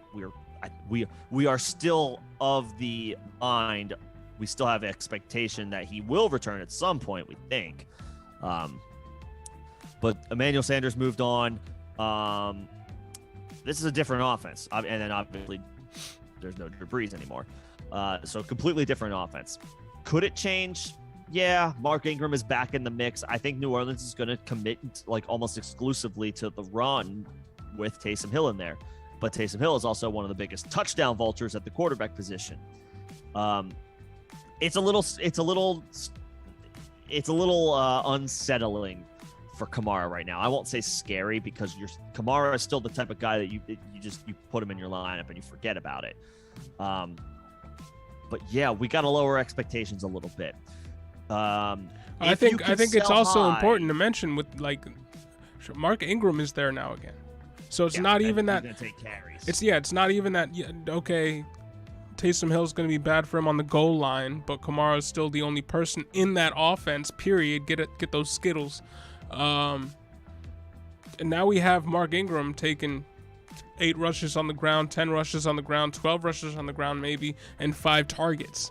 So, I mean, he's not just taking his rushing game workload. He's not just taking his potential for goal line work. He's taking his potential for receiving work too in this offense. And that, in conjunction with this switch at quarterback that's been forced on New Orleans, is the reason why you want to get away from Kamara, not just Taysom Hill. If it was just Taysom Hill, I would say, yeah, he's probably still in our mid-tier RB1. But, I mean, could we see him fall into RB2 territory rest of season? Maybe. I'm not sure if I'm ready to officially go on the record and predict that, but it's certainly possible. To that point, I'm not selling Kamara just to sell him, but if somebody gives you a good offer, what would constitute to you a good offer? I would need like CMC and Jonathan Taylor. Yeah, well, then I would take that. But I mean, I'm just trying to think of like some another low end like a running back 2 and a wide receiver 2, and even then, I don't know if I want to do that because anytime you see Alvin Kamara's name, it's like, well, I don't want to trade Alvin Kamara. But if you could get an RB2 or a wide receiver 2, and obviously we have not seen the 2021 New Orleans Saints Taysom Hill led offense yet. We only go off of the sample size, the 4-game sample size from last year, which is incredibly small, but still a little eyebrow raising. If I could get, or maybe just trade him for a running back, another running back one straight up, like a 1-for-1. Well, I got a question here, because I know a couple of people have or at least one person in the chat below us, where we've gotten to thus far, has has asked about CMC, and CMC is coming back. Did the team lose Robbie Anderson this past week? I don't know what Robbie's. Terrace Marshall was already out, I believe. He was all yes. He missed the game. The Dan Arnold's gone from that situation. So it's DJ Moore, and then Tommy Tremble, and Chuba Hubbard. So when CMC comes back into the fold, they're not going to have a lot of other options to go to. They might have to heavily utilize CMC. No Robbie Anderson. Is right there? Now, so okay. There's not. All right. So I don't know if he's like okay. I know he was knocked out of the game. Yeah, he took a big hit and didn't return. Right. My answer is no. Okay. McCaffrey. My answer is no. Have a video. Actually, I think there's a couple of people talking about McCaffrey or asking about McCaffrey in the chat as well. We're gonna have a video coming out about him shortly. Actually, we have something drafted up for Christian McCaffrey. Basically, not expecting Christian McCaffrey. Can you repeat that? It froze for me. I just want to make sure everybody. Oh, sorry. I'm not predicting, or I'm not expecting the Christian McCaffrey that we've grown accustomed to seeing, if and when he comes back. He has missed 75% of possible games played over the past 2 years. Yep. And it's a hamstring injury. Wasn't it a hamstring injury last year too? It was like there was a shoulder thing, but there was also it was a lower body injury. It was a lower body injury to begin the year, and then when he came back halfway through the season, remember, he picked up a shoulder injury, and then that was week to week until the end of the year. Yeah, and he was shut down. Yep. Real quick, because we do have something coming out about McCaffrey. I don't want to pivot far away, but my short. No, I'm not. If said I'll give you Kamara, he's going to like McCaffrey's coming back this week. My answer is no. McCaffrey has a hamstring injury that he had a setback weeks ago, which extended his absence even further this year. And now Matt Rule is being kind of wishy-washy on when we expect him to return. Could be this week, maybe it's next week. We don't know. And the Panthers still haven't had their bye week. Plus, their playoff chances have been going down. If the Panthers are out of the playoff race before McCaffrey can return, we're facing shutdown mode all over again. Same as last year. Kamara, if somebody said, now this is obviously a pipe dream, but if somebody said I'll give you Austin Eckler for him 1-for-1 straight up, I might take that. Aaron Jones, I might take that. Yeah, Tamian, we're dealing with a lot. There's some internet issues, and we're not sure. Sorry, guys. We're not sure where it's coming from. I reset my router before logging on today and restarted the computer before setting everything up. But this was happening to us last week, and I'm pretty sure last week I was come back in real quick, or it doesn't matter. I don't. That's up to you. I'll be here when you do that. If it's still bad, I might just drop and try to bounce back on. Kyle Nahi, what's going on? He says CMC had a high ankle sprain and then a shoulder AC joint sprain, I believe. So okay. Yeah, I'm not sure. Yeah, if I can get if the Eckler, if I go, I'll give you Kamara for Eckler, sure. And at this point, Kamara for Aaron Jones, Kamara for AP. Nope. Yeah, I can understand if you want to move off of Kamara, given the news that Jameis is going to be out for the year. Could the offense still run through him? Could Taysom Hill miraculously start to dump it off to him at the same rate that we've been accustomed to seeing for Kamara? Hopefully. But if last year's small sample size is any indication, I can't bank on that. So yeah, you got to lower expectations for Kamara a little bit. I might do a little bit more of a deep dive on that and see if there's any way that we can, if there are any splits in games for Taysom that he played with Kamara with and without Michael Thomas. So I might dig a little bit deeper into that, and if there's anything there, we'll have a video for that. But yo, go and restart your jump off. yeah, and then you jump have off. the code to come back on. So just Let me jump off for start, and I'll text me let when see. you're back, and then I'll let you back in. But Okay. I'll get to I'll some of be these back, questions everybody. in the chat. Give Yep. me a couple minutes. Cool. I'll be back. Right. Lawrence Franklin. Oddly enough, it's been an early down back that's been the prize and not the pass catcher. Yeah, that's a good point to make. I'm assuming you're making that point about Jeremy McNichols, and so yeah, I'm inclined to agree. I think that's a very good point to make, and I think that's another reason why we should be pushing AP up the waiver wire rankings and dropping Jeremy McNichols. He again was a hot name right after the Derrick Henry news dropped, but he's not somebody that I'm expecting to be anything more than at best a high-end RB3 rest of season, just because I don't know if he gets the role that we're all expecting from him. He's not going to get that week 4 role where he got 12 targets. I just don't think that's it. So good point, Lawrence. Lawrence, thanks for joining us.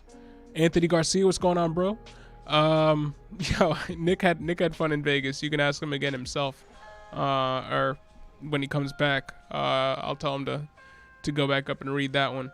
For PPR, should I trade Gibson for Herbert? I have Murray, Patterson, Gordon, and Damian. Full PPR, should you trade Gibson for Justin Herbert? If you have Murray and you have Patterson. Now, I don't love Gordon, or I like Damian a lot. I don't love Gordon. But the fact that Gordon would then be your RB3, not terrible. I would not do that. I would stay pat. I don't think there's any reason for you to be swerving off of Antonio Gibson. Let's hope this works now. You're back. He's back. All right. Yeah. I hope this works. Now you're just seeing two me's. Uh-oh. Did I make it worse? Give me a sec. Sorry, everybody. Where did we land? There we go. Gucci? Yep. Well, we are on Cool. Anthony Garcia's comment here, and What's up, Anthony? at first he asked, "How's Vegas?" So you got to answer that one. I appreciate the ask, man. Yeah. Vegas was a lot of fun. Vegas is one of those things where it's like, it's all like, everything's all like glowy and all the lights and everything's like blown up in your face, and then everything like kind of like slowly goes down from there. It's like kind of what Vegas is. I kind of died a little bit at the end. But no, it was Died a lot in a of good fun. way or a bad way? It's never but it was a good time. Got a chance to spend a lot of time with friends, some friends I haven't seen for a while. Went up and down the strip, went out a couple of different casinos, had a delicious dinner in the Paris Hotel. Blanking on the name. It's like a French-ish restaurant, but it's a steakhouse. All right. I can't remember the name. It's in the Paris Hotel. It was really good. Went to the game, blew the doors off the Eagles, but the stadium itself is awesome. Very cool spot. You like bouncing around if the opportunity arises, and you can see some different stadiums or places across the country. That's pretty cool. You saw Henry Ruggs' second to last, or was it his last game? I think you saw Henry Ruggs' last game. I don't even want to sit on that one. You but yeah, saw I guess Henry I did. Ruggs' last game in the NFL, probably. I saw that. But yeah, no, appreciate the ask. It was a good time. As for his question to go back, below, but, I'm saying he should not trade Gibson for Herbert. You hate when he has Kyler Murray just to get. No, I'm assuming it's for Herbert, Justin Herbert, because he has Murray and he's worried about Kyler Murray. I would not do that. I think Murray's coming Patterson, back. Gordon, and Damian Harris, though. If you only start one quarterback, then no. But for a pretty much a 2-week injury fill-in, I wouldn't be Right. trading away Gibson. If you can you trade away a Gordon who just came off 2 touchdowns to get Kirk Cousins off of somebody's bench or something for 2 weeks? I don't have the bye week chart in front of me. Receiver. But if you're just looking for somebody to Kirk fill Cousins in passed his for bye. Kyler Murray, then I wouldn't be going out and getting a starter rest of season like Justin Herbert and giving up too much for that. I'd be looking for a lesser quarterback that I can start, maybe one who has a good schedule over the next 2 weeks, and then when Kyler Murray comes back, I could just continue to ride Kyler Murray.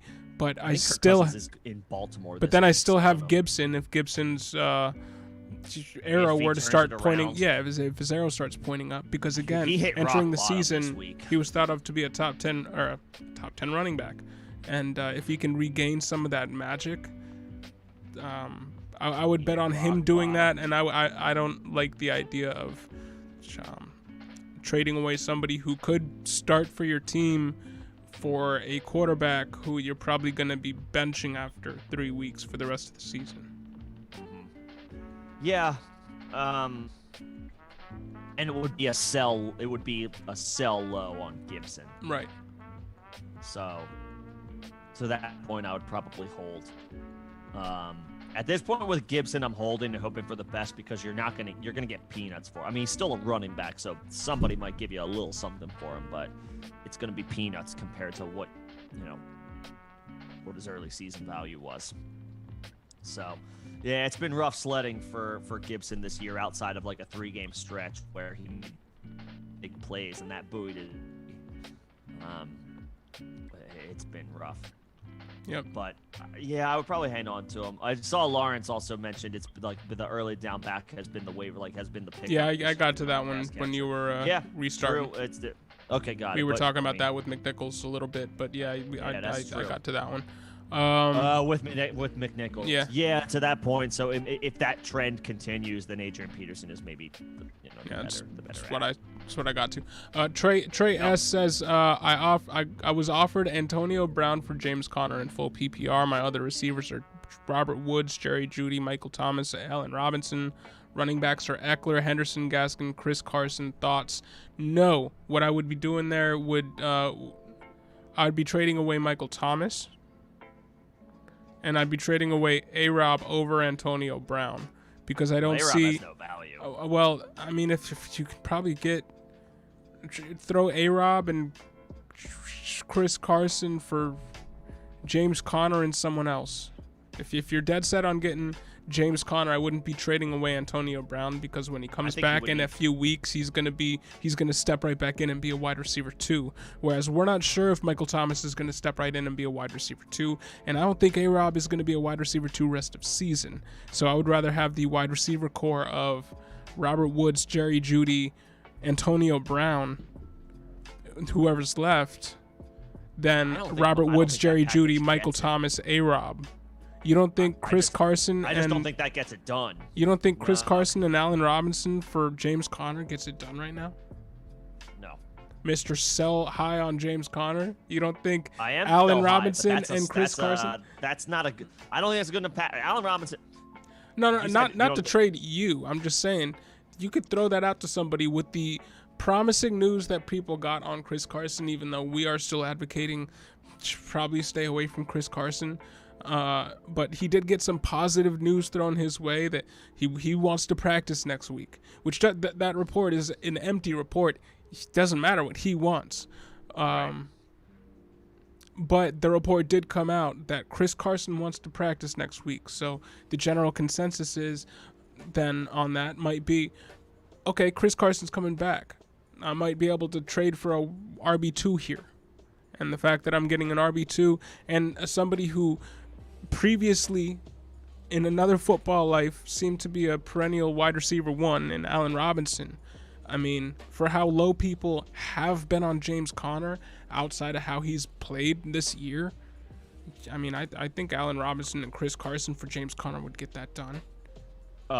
Sorry, wait. Trey has Conner. Sorry. Oh, you're getting on. You'd Okay. be getting Antonio Brown. Okay. Sorry about he's that. getting AB. He would be getting AB exchange. Oh well, then yeah, I would do that. The only thing there is Antonio's on his bye week this week, so you're not gonna. Yeah, but when he comes back again, wide receiver 2 for the rest of the season, and you do need wide receivers. I'll do that. Yeah, I would take that. But then try to get out from under Chris Carson, and try to get out from either Michael Thomas or A-Rob. Any chance the guy who has AB also has like Sony Michel? Go get the Henderson handcuff. Something like that. Like offer Connor and that might be like too much to say Michael Thomas. I'm just saying, Connor just and go A-Rob for AB and a backup running back. Oh no, I'm just saying, just take the good trade that you have in front of you.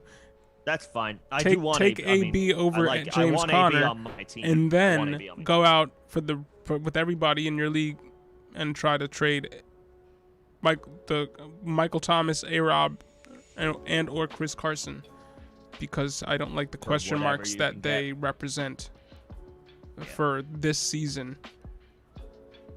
But yeah, I would take Antonio Brown.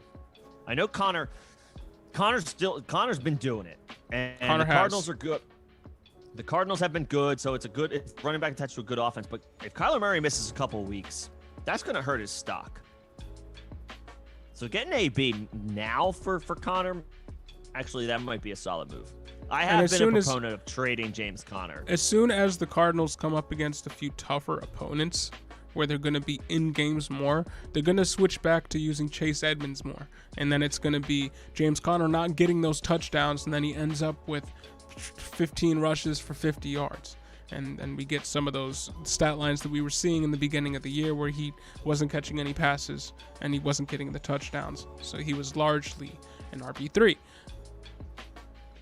He's been better than that this year. He's been better than that when he's gotten the touchdowns. But to my point, he's been very touchdown dependent. He's been very touchdown dependent, and the game script for a lot of these Cardinal games has gone his way.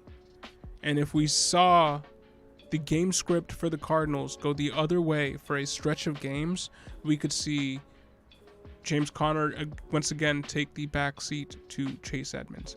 I'm not predicting that. I'm just saying that is a very likely possibility. And it's the same thing that you were suggesting would happen with the video that you made a few weeks ago. It might have been the right sentiment, wrong time. Might have been wait 3 weeks. That video comes out a week from now, and everybody's saying, "Oh wow, look at you, you were right." Mm-hmm. Could be. Because James Conner he's a 26-year-old running back who, I mean, he's never done this.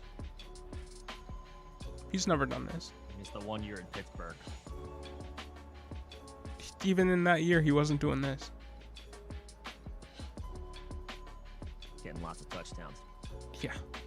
Yeah, I don't mind getting Antonio Brown for him. Nope. Especially when you could use a wide receiver. Yeah, I'm fine with that. And Anthony Garcia, you'll probably pick up AP. I think that's a good probably the move as far as that's the pickup this week. I think it's a mid-tier RB2 with a high-end RB2 touchdown upside rest of the season.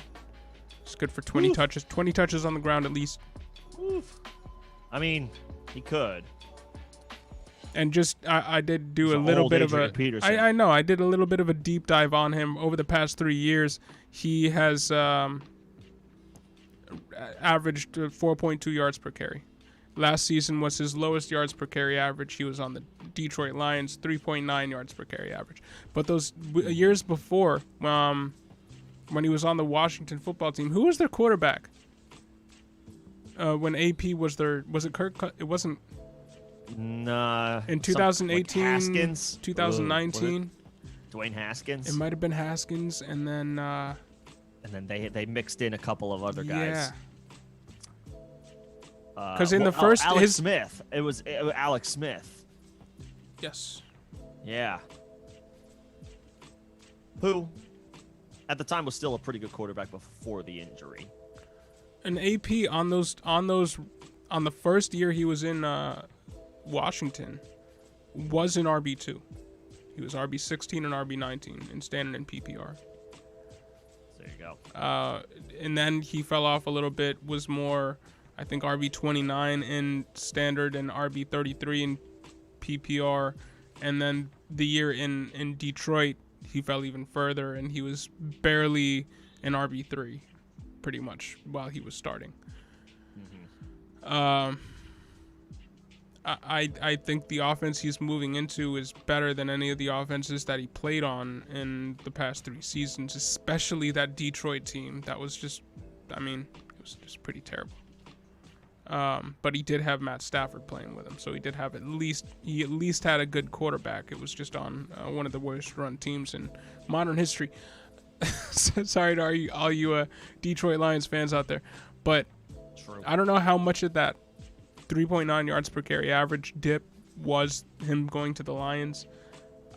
I don't know if I expect him to average more than 4.3 yards per carry, because that's been his high watermark over the last 3 seasons that he's been in the league, including that one season where he was RB16, RB19. But he could get back to that with a 20 touch a game workload for an offense that should be better, right? That should be better at getting into the red zone and getting into scoring positions. Yeah, and then he's just going to be their battering ram because he's a 1-year buy, and hell, they could sell some jerseys. Win now team, right? Yeah. And selling some jerseys. So yeah, I think AP is going to get a ton of work. More work than I think we can. Adrian Peterson in 2021. Bro, AP is gonna step in, and over under. Is he gonna get more than the 27.5 touches rushes on the ground that Derrick Henry was averaging? No. More? No. Less. I don't think he can. How crazy would it be if we saw AP get like 30 touches on the ground and go for 200 yards? I mean, what the hell took so long to get him on a team? The fact that he's 36 and it's just not the 36 going on 22. Smart decision. It's just he's the outlier. Yeah, him and Frank Gore. The team that has the outlier in the league this year lost the outlier and went out and signed the last outlier. There you go. If that makes any sense. Frank Gore is the final outlier. His great-great-grandson had a good game for the Chiefs last night. Not related. Shut up. Yo, Lawrence, thanks for the kind words. Appreciate Theo it, Von Lars. Miller, I just got offered Tony Jones and Irv Smith and a late 2022 first for Ridley. Yeah. Nope. Theo was looking to. We had a conversation about this earlier in the season. Somebody offered him 2 firsts for Ridley. I said hold. I said hold then. If that was an early 2022 first, and you could eke out a better back than Tony Jones Jr., maybe. I think he's gonna be. I mean, he'll be back next year, right? I mean, he could still come back this year. Yeah, I think he'll be back in a month. He'll be back. Good. He'll be back, but then he'll be 28, and then we're talking about him in the same breath as we're talking about Brandon Cooks. Except Brandon Cooks at 28 has had a much better career than Calvin Ridley through 28 has had. Ridley was trending in the right direction. I mean, obviously things took a nosedive this year. True, but, Ridley was trending in the right direction, but we can say confidently that Brandon Cooks has had a better career through age 27 than Ridley will if he takes off this year and is 27 next year, 28 next year. Yeah, I believe he'll be 27 next year. I'm overshooting it a little bit. I think he's 27 in December. I think. But he is one of those. He came into the league older. Ridley did, by like a year or 2. So I think he's still gonna be fine. I really do. Like, he needs to get his head right. He needs to get, he needs to take care of the things that he needs to take care of. And you're never seeing the value of him being a top 5 dynasty wide receiver ever again. That is never coming back. That is never coming back. If you didn't sell him, then you missed out. He'll be good. But you shouldn't sell now. Well, whoops on that part. But you shouldn't sell now. I mean, he can still come back and absolutely be an obvious starter in your lineup. if you're talking 2022 first, then you're talking dynasty, bro. I'm assuming you're in. That's a dynasty situation. It's a dynasty situation. Yeah. Yes. Yeah. He's still like he can come back and be a no-brainer. And for what it's worth, starter. Irv Smith is a hot tight end name, but he does not have an RAS above 9. So he's not a not a trade target. He's a young tight end. He's a young athletic tight end, and but he is not Noah Fant. This is not. He does not have the upside of a top 10, perennial top 10 tight end, and Tony Jones Jr. just got replaced by Mark Ingram. Right. Nah, just hold. I mean, I don't. Something tells me Theo is not going to take that deal anyway. It's just like where we're at. Yeah, you said right lull now. after it, so yeah. I assume he's not. We're gonna hold and we're gonna hope for the best. And I hindsight's 2020. That's a Obviously, trade, I have to say. I said no to 2 first-round picks earlier in the season, and Theo is in a rebuilding situation. So maybe I should have said take the deal, but also, I mean, we can't predict these types of things. Anybody, Calvin Ridley's got to step away for mental health reasons. We can't, that's just like, what are you gonna do? It sucks. And we hope Ridley obviously gets whatever help he might need, and has whatever. I mean, the last time we saw this with Josh Gordon. Josh Gordon would perennially every other year say, "Hey, I need to take a step away." Yeah, but we don't know what Calvin Ridley is dealing with. There's been no word. We're not in his head. We're not in his inner circle. We don't know what he's thinking. We don't know what's going on in his mind right now. We don't know why. We don't know what the specific issue is. All we can do is hope he comes back. And when he comes back, he's in the right state of mind, and he goes back to dominating. Because when he was healthy, and these past few years, he dominated. Hey, no, just go get your mind right, dude. If that's in football or away from football, go get your mind right. I hope we see Calvin Ridley back on the football field, because he looked great while Julio Jones was across from him.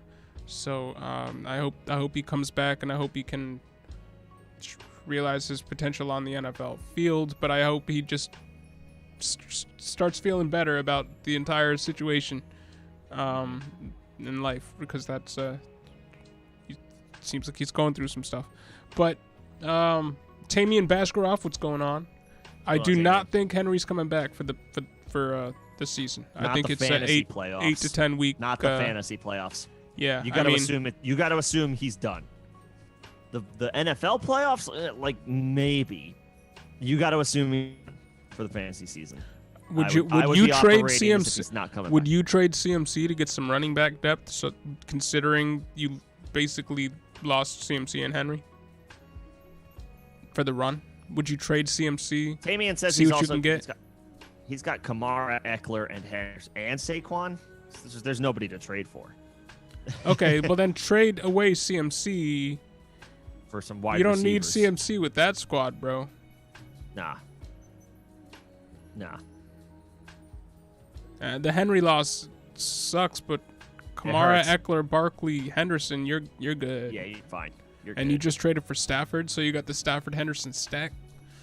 The quarterback running back stack is not one that I normally chase, but it's a stack nonetheless. And you know how I feel about stacks. He caught a touchdown. Hendo caught a touchdown this past week. So Hendo, is that what we're going with now? Hendy. Hendo? Wow. Hendo. All right. Hendo. I see you. I do what I want. Okay, I want to see some of these cooks. So Eli likes Cooks. Yeah, people try to buy low on him because his for whatever reason his value's all over the place. Yeah, just hold. AB wasn't pumped about him. Been steady. Tamian says he's not hot on him, but that's okay. That's all right. Difference of opinions. That's what makes this great. Hey man, just go look at what he's done the past seasons. He's an anchor. He's so good. Yeah. He's so good. And with all different quarterbacks on all these different teams, like the dude delivers no matter what offense it's in. It's pretty impressive. He was the best wide receiver. He was the best wide receiver for Houston last season, even with Will Fuller juicing on the other side of the field. I mean, PED Will Fuller. Brandon Cooks was still the best wide receiver in that group. Prove me Fuller wrong. was putting up wide receiver 1 numbers last year, but Cooks was still really good. Cooks was putting up wide receiver 1 numbers too. Yeah. Funny how a guy like Deshaun Watson does that for you. But Kyle Nohe, what's going on, bro? Are we What's going on, Kyle prioritizing McNichols over B spot and half I half asked you PPR about this format? earlier, as it turns out. You said yes. I mean, I think so, yes, as well. I mean, yeah, to the point that you made earlier. Boston Scott's going to go back to if Miles Sanders comes back healthy, Boston Scott goes back to a not very big And there's role. no reason to believe Miles Sanders isn't coming back healthy. Right. He's Whereas Derrick Henry is not coming back for the rest of the fantasy season. So McNichols has value from here on out. right. Scott has value right this very second, but He'll it's go not back. gonna last. He'll go back to the team's bench It's within the not gonna next 3 last. weeks. Right. Yeah, it's not going to last. And the defense question goes to you. Any preferred Yeah, I defense haven't looked streaming at. offense? Right. Yeah. Let me take a. Let me back to on you on that one. I haven't taken a look at any of the defensive streams yet for this week. I'll be locked and loaded for Saturday and Sunday for sure. If you want to tune in then, for any defense streams, like off the top of my head, the Saints get the Falcons without Calvin Ridley. I mean, in a division matchup, you could go there. I don't know if the Saints might be owned. I would have to take a look at some options. Yeah, come back for the start sit show come on Saturday, and we'll have a much better idea of where to steer you. And you can also throw a comment out on this video later on, and we'll get back to you within the next few days for sure.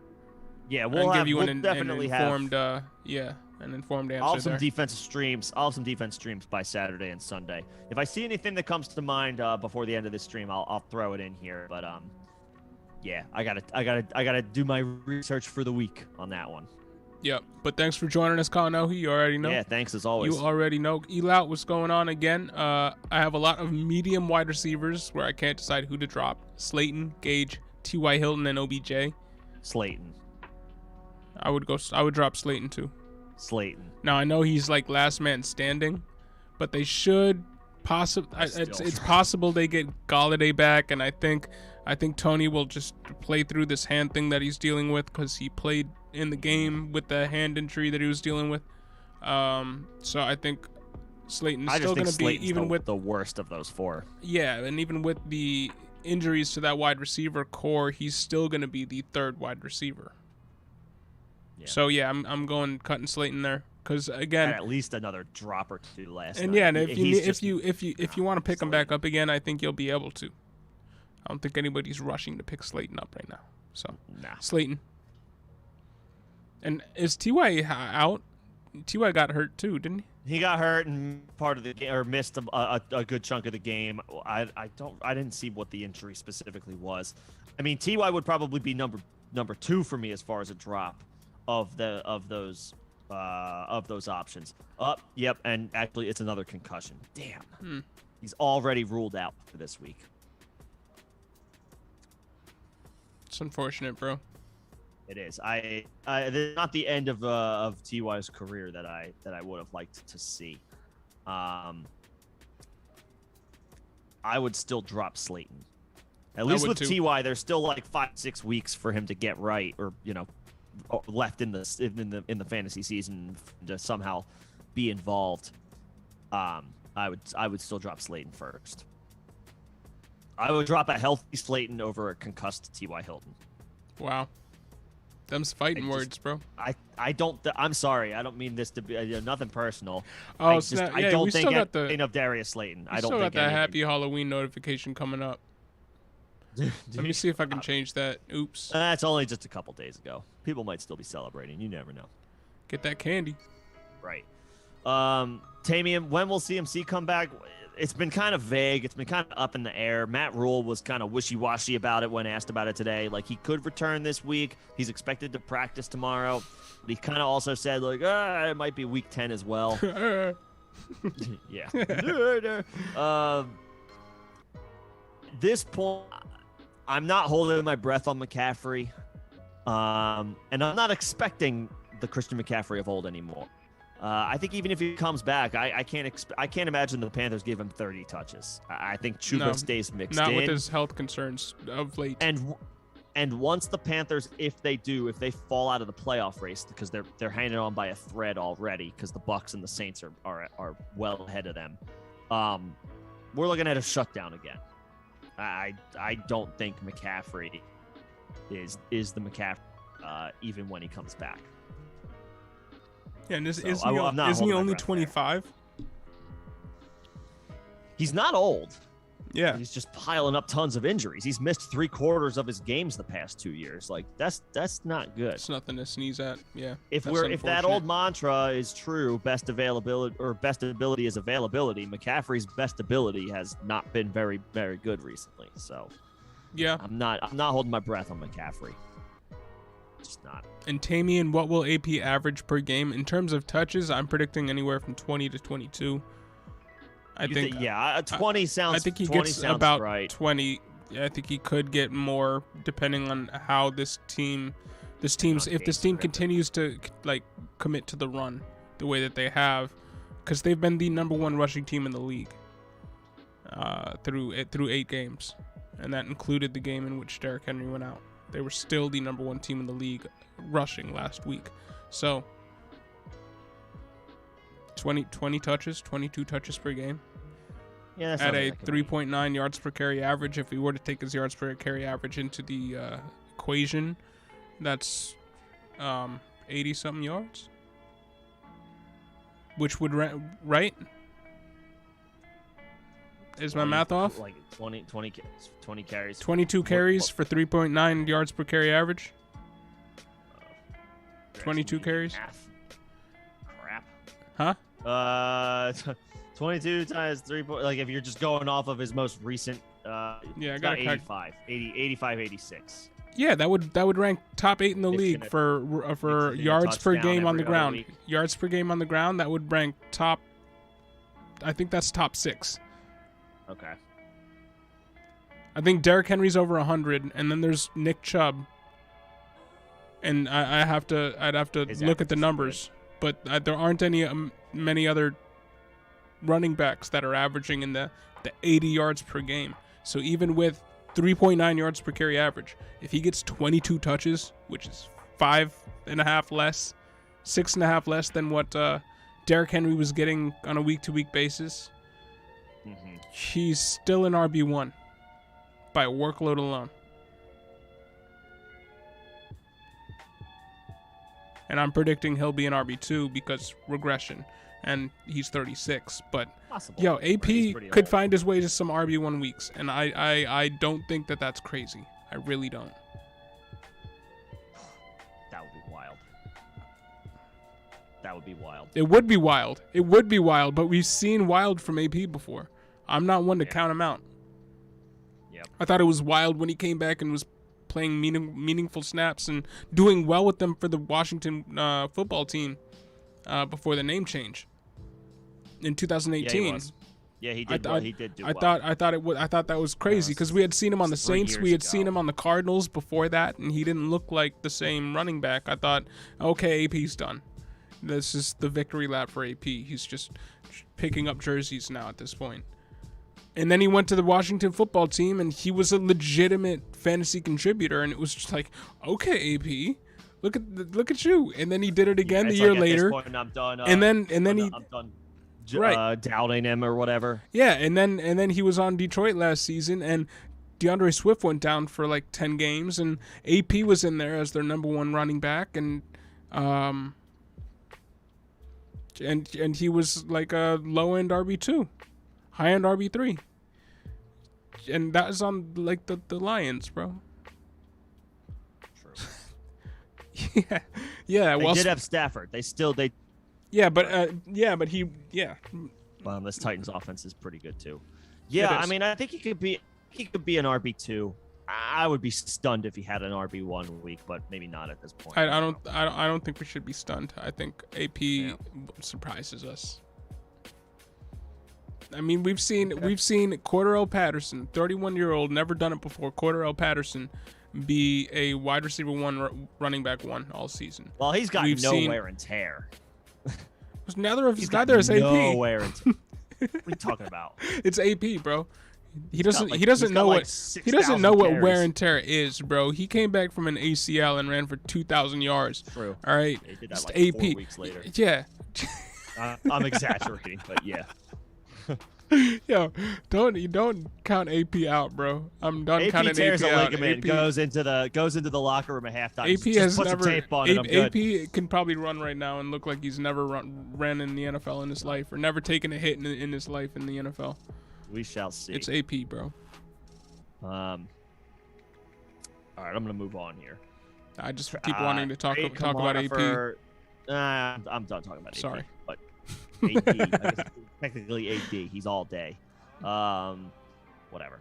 Trade Kamara for. I mean, if somebody with an RB1, Tamian, wants to give you an RB1 for Kamara, then sure, take it. You know, there is a little bit more built-in downside with Kamara,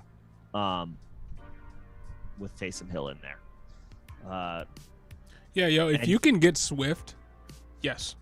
Then if sure, you can get Jonathan Najee, Taylor. if you can get Najee, I'm really high on Najee. If the Jonathan Taylor owner wants to give you Jonathan Taylor for Kamara, see, I don't think you can do that, but I think you can get Najee. I don't think you could do that either, because Jonathan Taylor should be. I don't think you can get Jonathan Taylor. I don't think you can get Swift, but I think you might be able to get Najee. You shouldn't be able to get Najee. You shouldn't be able to get Najee, but I think if you're trading away Kamara, you could probably get Najee. I don't know if you're getting Jonathan Taylor. I don't know if you're getting. Nah, Jonathan Taylor's top 2 right now. Swift. I don't know if you're getting Cooks. Jonathan Taylor might be top 1 right now without Derrick Henry.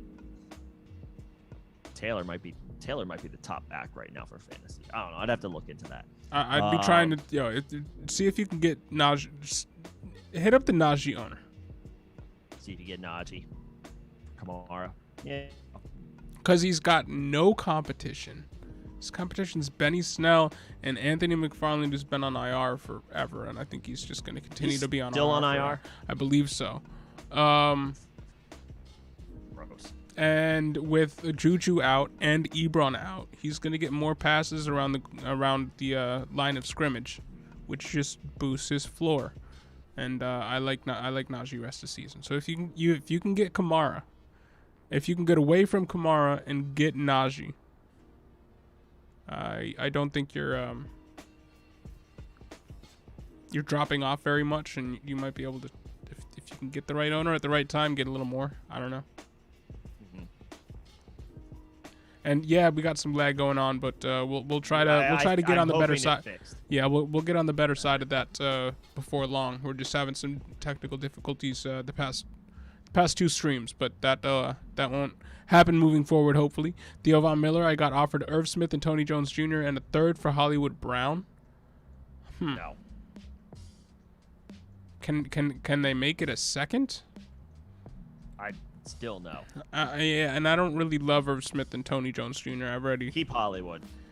I know I said keep Calvin Ridley, but this time for real, keep Hollywood.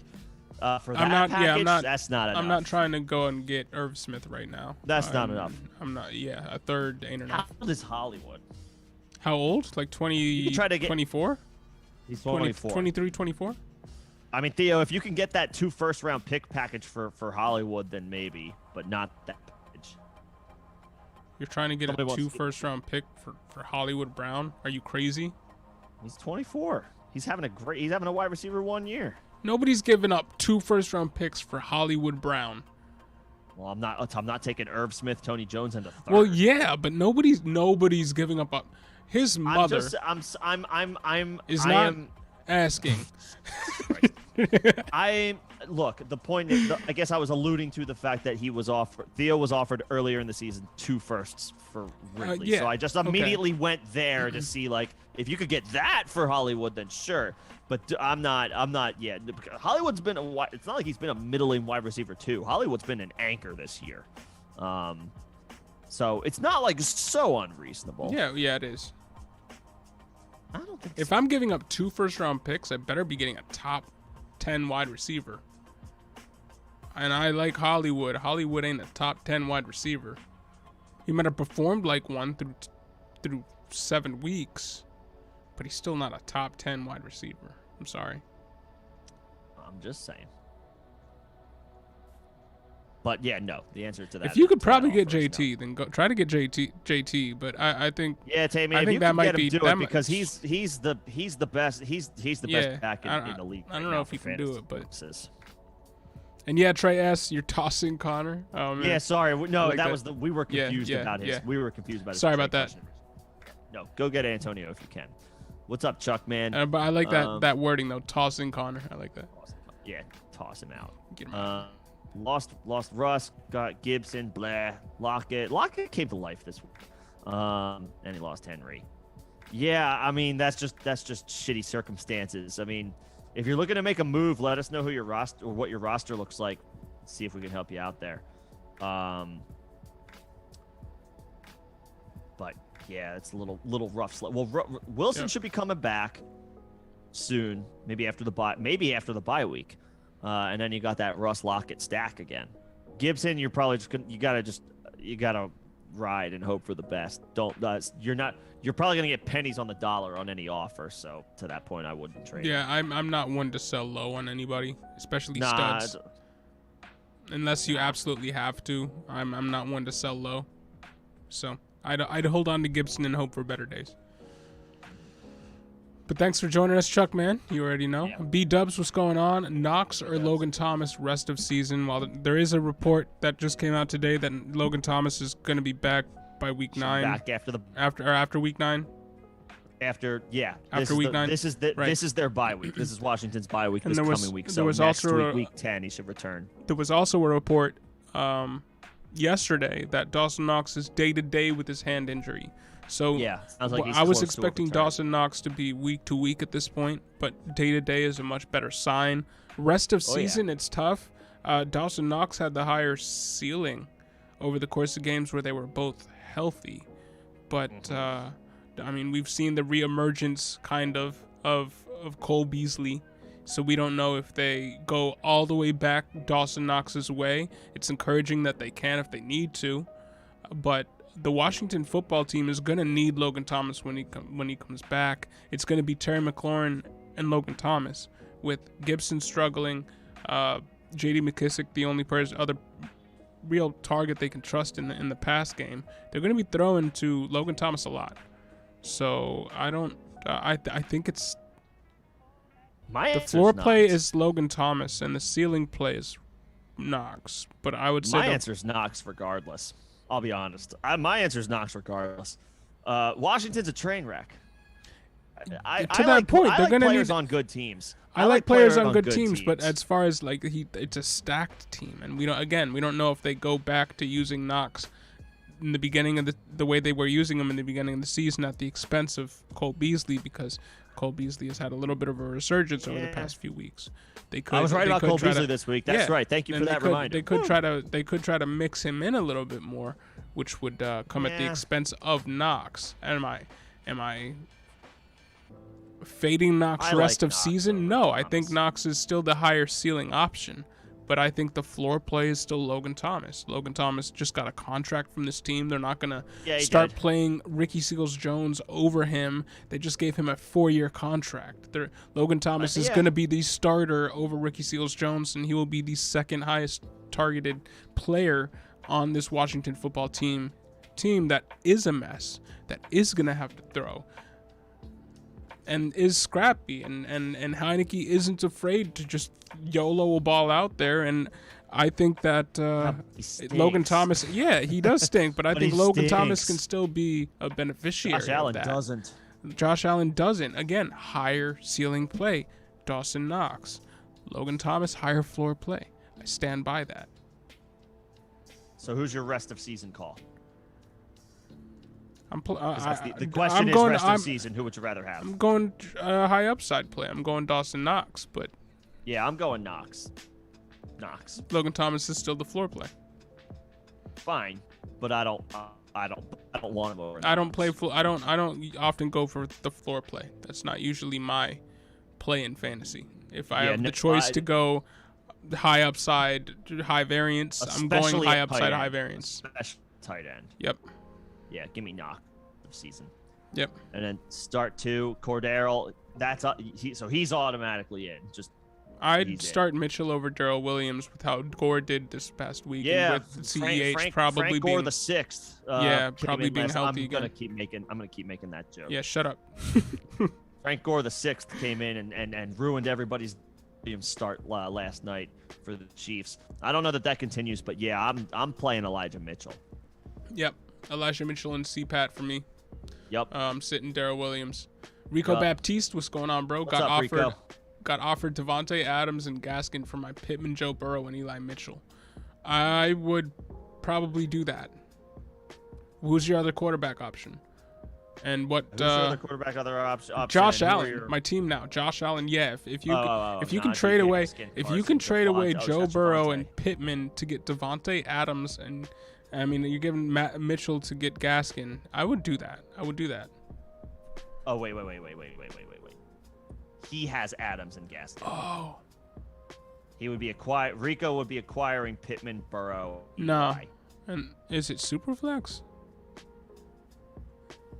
If it's Superflex and you need another quarterback, maybe, but I'm not moving away from Devontae Adams. Keep Adams. If you can flip Gaskin for freaking whatever, then fine. No, Gaskin's gonna have a good week the next few weeks. Gaskin over the course of the next 2 weeks, Gaskin is gonna have a good next 2 weeks because Malcolm Brown is not there. He's gonna be the only back in that backfield with Salvin Ahmed, and they're not gonna be playing the Buffalo Bills. They got decent matchups the next 2 weeks afterwards, and moving forward, really. Let him play this week and hopefully have a good week, and then sell Gaskin a little higher after this coming week. Yes. That's what I would do. No, keep Adams, Rico. He's too good. Adams, I know he's got Diggs. He's still as wide well. receiver he's got one. And he's still the wide receiver one. I'm sorry, for me. Devontae Adams on the year. If I'm putting up a ranking of wide receivers, Devontae Adams is still my wide receiver one. Yeah. And you don't need Burrow because Josh Allen is past his bye week. You're never going to start Burrow over Allen. Yep. Nah, and you got the Josh Allen Diggs stack, you never. Yeah, keep what you got. You would have the Burrow Chase stack, but still not. No, I'd rather have Allen Diggs. Yeah. And oh man, you have such a stacked team, bro. I'm not trying to make trades away from what you have right now, bro. You got a stacked team, Rico. You're good. Yeah, bro. Yeah, I would stay pat. And then all right. Tamian said he got back at the right time. Hopefully you heard what we had to say. Yep. Tajikart, what's going on, bro? Love the name. You already know. Trading Damian Harris for Edmonds. Harris, tough schedule. I mean, if you can get more than that, I think you should be able to get more than Edmonds. I would keep D. Harris. If you're trading away D. Harris, you'd be getting Edmonds and a wide receiver or something. And you have Gaskin, Harris, and Fournette. Nah, keep Harris. Edmonds is the one who has his production has been sporadic. Yeah. And I don't think that gets better with Kyler Murray having to miss a couple games, or at least one. Nah, keep Harris. If that's the best that someone is willing to give you for Harris, then keep Harris. Yep. Josh H., my tight end, Hawkinson is on bye. I have Knox on IR. Who should I target? Conklin, Pat Freiermuth, or Sweeney? I also have Peterson and Boston Scott so Freiermuth has a pretty I'd go Freiermuth. Tough matchup this week. I know, but over Conklin or Sweeney, I'm playing Freiermuth. Hawkinson's on bye. Knox is on IR. I don't know what Conklin did. I'm going Freiermuth.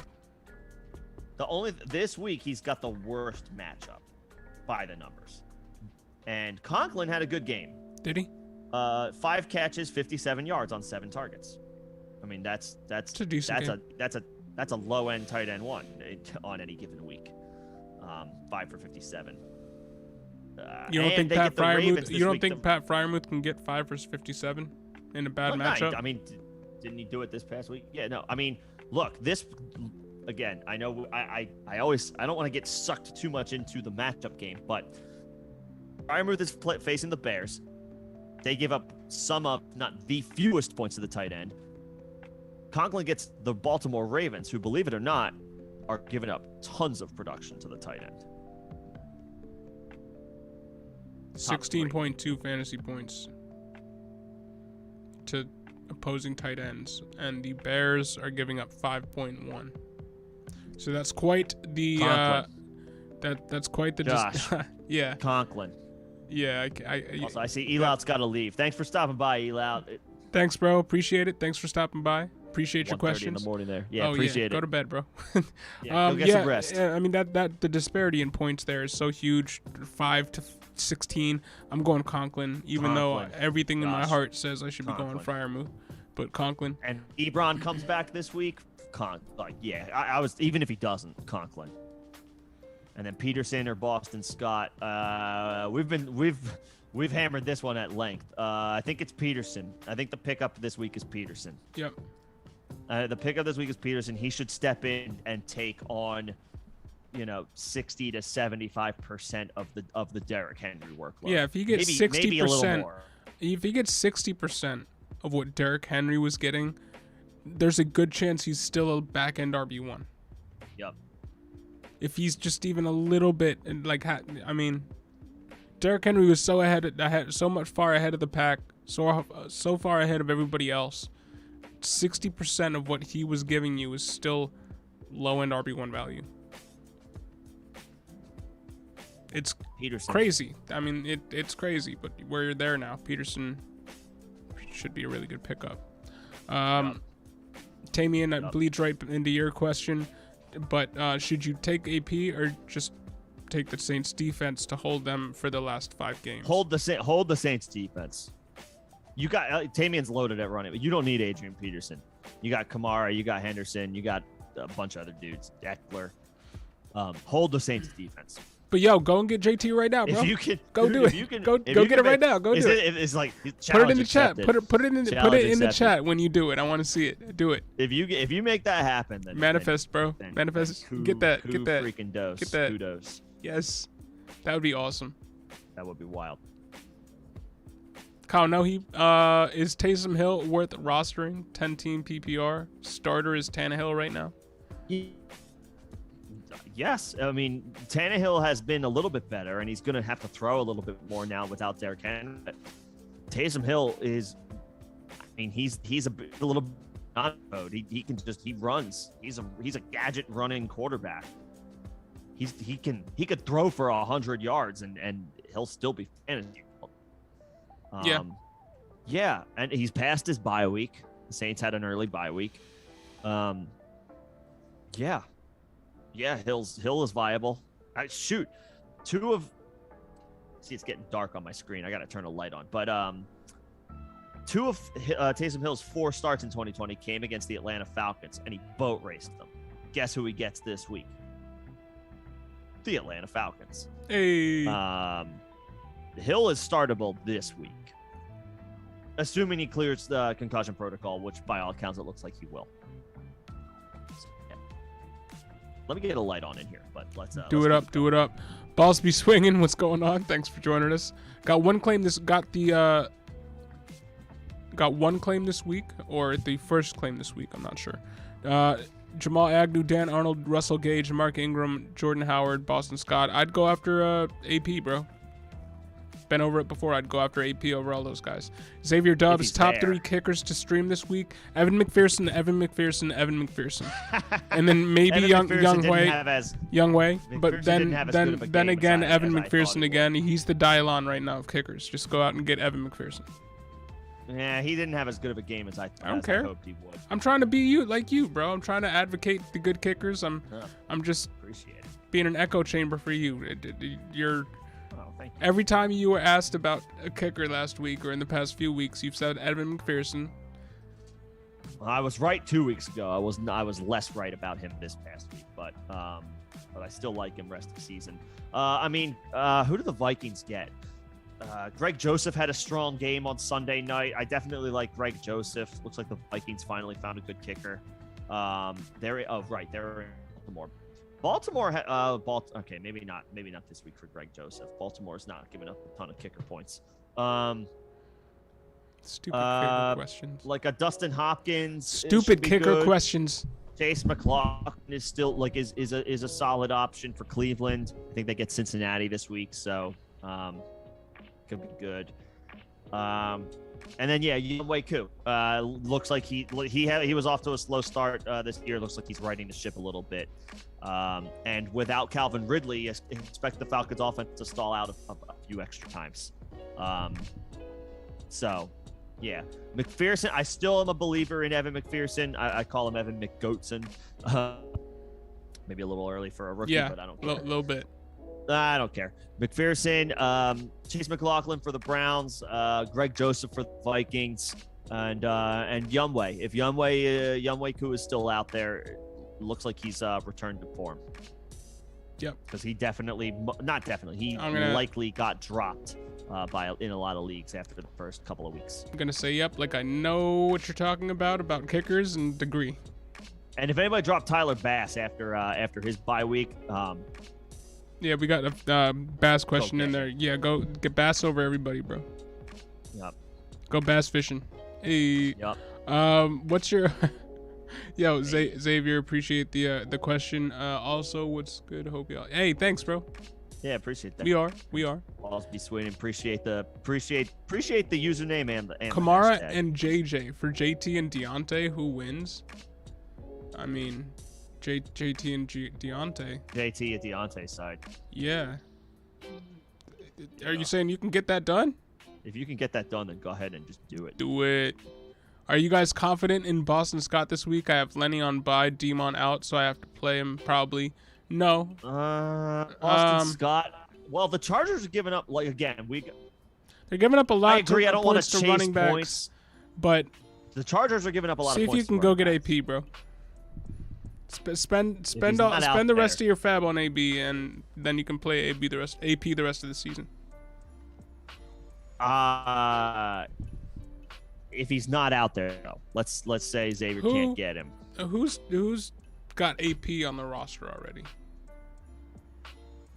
Okay, fine.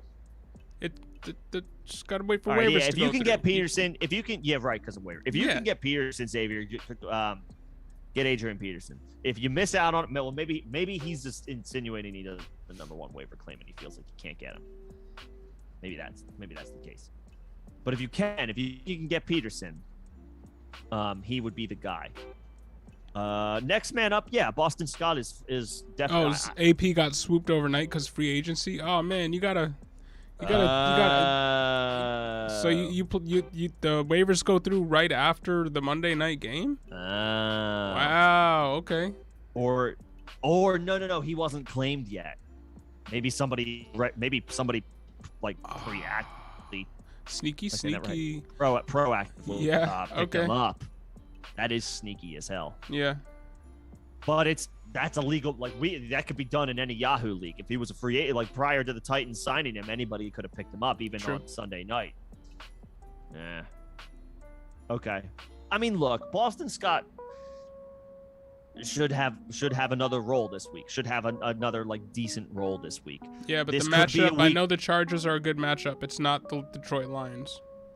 Right, and this could be a game where the Eagles get behind and they reintegrate Kenny Gainwell a little bit more. But Boston Scott can catch the ball in his own right. If you're out of options, who else is on the wire? Let us know who else is on the wire, because I think that there's a better play out there than Boston Scott. I know there might not be, but I'm not. There might not be. He might be like. He might. Okay. He might be okay to play. But yeah, let us, if there's anybody else, let us know. Balls be swinging. Marlon Mack is not worth the roster spot anymore. You can drop him after the trade deadline. He didn't get moved. Yeah. Thinking of dropping. Yeah. Yes. Sony is a Hendo injury away from an RB. Stop saying Hendo. It's weird. It's I'm gonna weird. say it even harder now. All right. If let's Henderson start. were to go down, which obviously I'm not predicting or rooting for, Sony Michel is an instant RB1. All right, let's start moving through this chat a little bit faster because we are 2.5 hours into this. We can do that. And I've been sitting outside in 30-degree weather in a coat this whole time. I'm cold. All right, let's wrap this chat up. Thanks for hitting that like button, Xavier. Appreciate it. Is Mike White worth a pickup in Superflex? Yes. In one QB, yeah. nah. One quarterback, no. Right, Yeah. I agree. Yeah. In Dynasty, even it's like same deal. He's not going to be the starter. It's going to be Zach Wilson's job when he's healthy. Yo, Tamian, thanks for coming through. Appreciate you. Thanks for all your questions. Come through again on Saturday night, bro. He went and got him. There you go. How'd Good. you like Yo, that? congratulations. Good job. Good job. Put your money where your mouth is. I like it. I appreciate the hustle. And yeah, Xavier, I don't like floor plays. Nah. Yeah, catch me on the ceiling, bro. Oh, Rico did get he received he did the trade and received Devontae Adams. Okay. I mean, I love Devontae Adams should be at minimum a top 3 receiver rest of the season. Oh yeah. And Gaskin's gonna have a good next few games. I'd sell Gaskin after this or next game. Yeah, maybe try to sell Gaskin. Maybe next week. Maybe not next week. Wait 2 weeks. Well, do it proactively though. Because when that little news thing pops up, Malcolm Brown activated off IR. Your value goes way down. So hope for a good game, Rico. Hope for a good game from Gaskin this week, and then flip him. Agreed. But I love the Adams acquisition. Tamian had to go, but he said what to do with Ridley not in Dynasty and season long. I mean, at this point, if you need the roster spot, if you need the roster spot and you can't move him, you can't sell him to somebody on the hope that he still could return this year. I mean, you got to cut him. Sometimes you just got to cut bait, and it sucks. He's hope he's not droppable. Back in 2 weeks, but it doesn't look like he will be.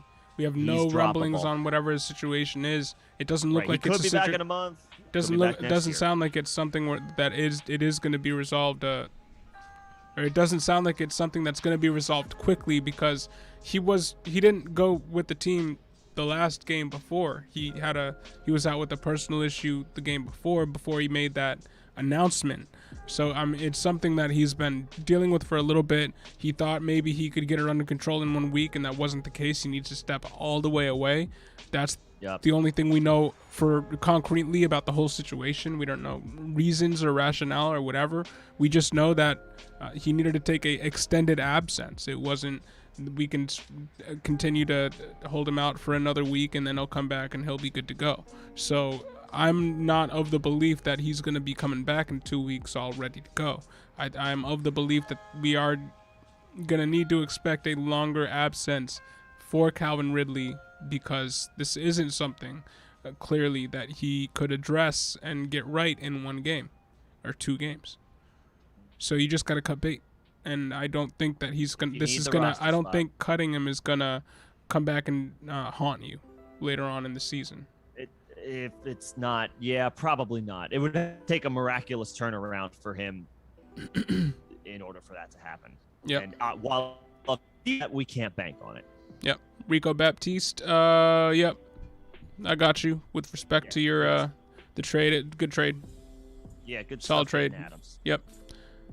Xavier Dubs, Tyler Conklin, or CJ Uzoma. I have Knox waiting for him to get back. I mean, Conklin still has one of the best matchups this week. Uzoma gets the Browns. They're not as weak against tight ends that Baltimore has been. 8.9 fantasy points to opposing tight ends a game. I would be going Conklin because again the matchup is so good, and Uzoma has been succeeding off of such minimal touches on offense.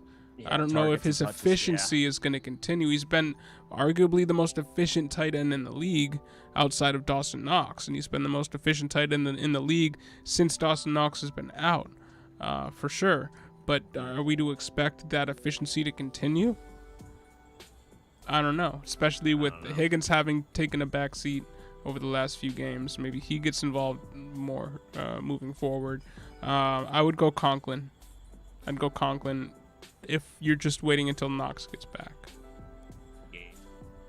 And you dropped Younghoe for Evan McPherson last week. I think Younghoe got him by like 5 points, or at least 3, maybe 5.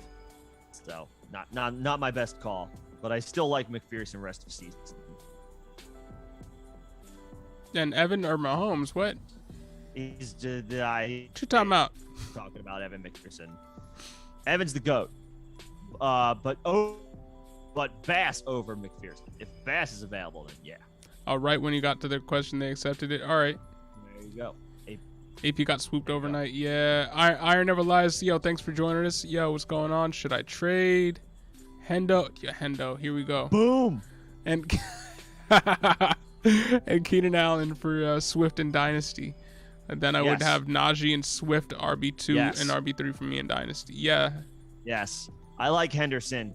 But when Cam Akers comes back, and he should be coming back. For dynasty purposes, Cam Akers could return. Let's just say next year. I know there were some. And Swift is young Kamara, bro, at this point. So yeah, great move. Yes, Iron. If you can make that, if somebody's willing to give you Swift for those two, yes, do it. I would take that. Tamian, if you're still here, Tamian, thanks for joining us. Appreciate it. Thanks for stopping by. Xavier Dubs, Mick Nichols, I'm guessing, Ty Johnson, Salvon Ahmed, Jermichael Hasty. So Boston is most likely the choice. Okay, I got you. I mean, it's probably Boston if you're looking for a play next week. But again, we did mention that McNichols is probably a good longer rest of season play because he will have a role rest of season. When Miles Sanders comes back, Boston Scott is most likely relegated to the bench again. So keep that in mind. But if you need to play for next week, then Boston Scott is the play. Tony Kamaj, thanks for joining us. Pick 2 of Sanders, Landry, Tony for week 9. Half PPR, Ridley and Antonio out for me. I would go Emmanuel Sanders and Kadarius Toney. I think I would do that too. Sanders had a goose egg this week, but I think he had like 100 air yards. Yeah. He's going to bounce back against the Jacks.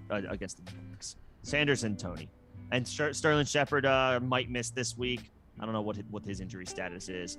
I'm in Sanders and Toney. I'm in lockstep there. Yo, Jorge, sorry about losing Henriette. Sucks for a lot of owners out there. You have the 3rd overall waiver claim you put in for CEH. Which is available. Well, hopefully you get CEH. Okay. Yeah, hopefully you get CEH. Play this week. Yeah, I mean, you're probably not going to get him. I would assume that the first or second person on the claim list would go after CEH. I mean, see if you can get a Peterson if he's in your league.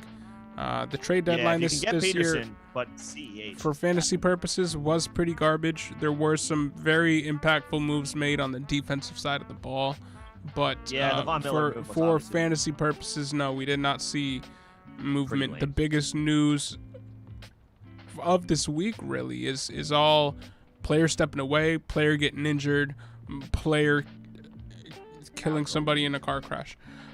So it's not good. It hasn't been the best week for fantasy news. Few days of updates. Yeah. So. Yeah, but the trade deadline was pretty garbage. Jason B. Fisher, obviously you've covered this, but just getting here. Oh, no worries. Favorite claim, Peterson and McNichols. Peterson in 5 seconds. Can you talk about how you like Peterson in 5 seconds? 22 touches. 22 touches a game. We think Peterson is going to absorb maybe 70-75% of at least of Derrick Henry. I believe he'll get 22 touches a game. He averaged 3.9 yards per carry. Could be a good hold, but Peterson. He averaged 3.9 yards per carry last season with the Detroit Lions, which he should be able to do a little bit better on the Titans. And if he gets 22 touches, which I think is doable for him, that puts him getting around 80 yards a game, which puts him in RB1 territory for workload on the ground at least. Not RB1 in fantasy, but RB1 workload territory. Titans RB1. Right. And just workload treatment as far as just general workload in the league. We all know targets count more than rushes do, but rushes on the goal line still get you touchdowns. And he's going to get those. And I, again, expect him. 30 touches that eliminate. It's way longer than 5 seconds. Target. Again, sorry, Jason. You're just getting my long answer. I believe he'll be a high-end RB2, or a mid-tier RB2 with high-end RB2 upside whenever he gets those touchdowns. And I believe he could have RB1 weeks if he gets, multiple touchdowns and 20 touches. He could. I'm not going to count him out. just to piggyback off of that, Mr. Heinen, who just joined us, what's going on? Also asked McNichols over AP. So the answer to that is no. But is the answer the same for full PPR? Yes. Okay.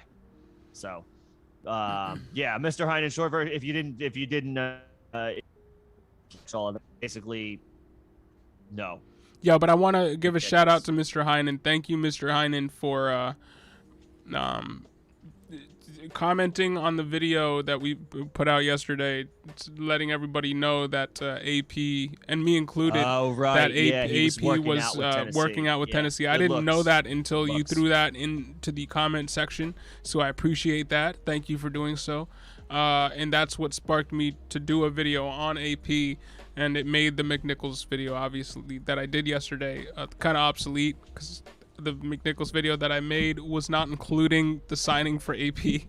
So everybody heard me say McNichols could be an RB2, and then heard me say AP could be an RB2, and didn't know which way I was going. It's clearly AP, but McNichols should mix in there as at best probably a high-end RB3, but he can be a valuable fantasy asset for the rest of the season. I don't know how valuable. I think he, again, tops out our high-end RB3, but that can be valuable. But thank you, Mr. Heinen. Appreciate it, bro. And see if you can get him. And am I dropping Henry? Yeah. I don't think he comes back. For fantasy purposes, in season long, Xavier, thanks for stopping by. Yes, sir. You have a good night too, man. If you need the roster spot, I mean, if you want to wait a week and see if the news develops to anything positive, I mean, I guess sure, but yeah, Henry's not a hold. I expect him to miss the rest of the fantasy season, if not the rest of the NFL season entirely, and that could include the playoffs. Maybe he comes back for the NFL playoffs. That's a hard maybe. I think the timeline for Henry is closer to 10 weeks than 6 weeks. That would wipe out the rest of the season. The rest of the regular season. So, he's not a hold. He's not a hold for me too. I'd feel comfortable sending him to the wire. Unfortunate the whole situation, but it is what it is. Nick asks a question: 10-team league, full PPR. Should I trade Khalil Herbert and Justin Jefferson for Adam Thielen and Damian Harris? I would not. Because of Justin Jefferson. Well, to your point, you've been very high on Herbert.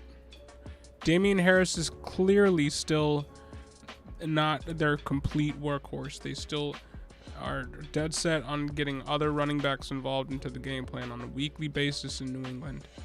And Khalil Herbert doesn't have competition, really, in the backfield right now. And even when David Montgomery comes back, we'll still have a role. And you've talked a lot about the Bears' postseason fantasy schedule. It looks good. Their fantasy schedule in the postseason fantasy schedule. And I think that benefits Khalil Herbert.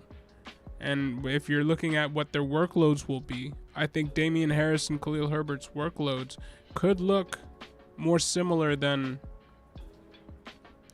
we're projecting once we get to the point where David Montgomery and Khalil Herbert are sharing the backfield. Khalil Herbert might have earned himself a real role here, and Damian Harris is still the Tariq Cohen role. Maybe not the same exact, but he's right. I mean, he saw 17 touches in his first game while splitting work with Damian Williams, and Damian Williams was the lead back at that point. Khalil Herbert still saw 18 touches that game. So with how good Khalil Herbert has been, I don't know if he just goes away. And I would like Justin Jefferson more than Adam Thielen, even though Adam Thielen's just catching touchdowns every game. Jefferson had a dud on Sunday night, but he's been so good this year still. I think I might hold. That's almost a lateral, it'd be making a lateral move for me. Harris might be an upgrade over Herbert, but Jefferson. I know, again, not a great game Sunday night, but he's so good. Yeah. Thielen is too, but think I would just hold just because of Justin Jefferson. My dog is bothering me. He would like to take a little. If the Patriots outside. All right, let's wrap this up then. If the Patriots were willing to give Damian Harris like the full workload treatment, then I would say Damian Harris. Then sure, yes, go for it. But I don't think they're willing to do that. That's just not part of their game plan, and I don't think it will be with the way that they historically use the running backs. Jason B. Fisher, who would you who you like for deep wide receiver ad? Lazard, Bateman, Brian Edwards. I hope it's not Braylon Edwards. Jameson Crowder, Ridley out killing my teams. I would go Bateman, Brian Edwards. Bateman, and then Brian Edwards. Lazard, I like Lazard too. Attached to a good quarterback. I would still go Bateman, then Brian Edwards. Actually, those three guys are fun to add, but probably Bateman. But not Braylon Edwards. Not. Leave Braylon on the retired list. 35, 36 now. Nah, I don't even know. Yeah. Xavier Dubs. Man, Jason. Yeah. Like, there's a lot. Yeah. This is what happens in football, man. It sucks. Yeah. This was just a bad week for it, but yeah. Right. Yep. Iron never dies. After last week, what do you guys think about Kenny Gainwell's value rest of season and in Dynasty? And Dynasty, he's fine. In Dynasty, I think he's fine rest of the season. He's too. fine. I think this was a blip on the radar. I really do. Agreed. The game script got away from him, which was totally out of his control. I think he's got RB3 upside. He's maybe a little touchdown dependent, but he can catch passes.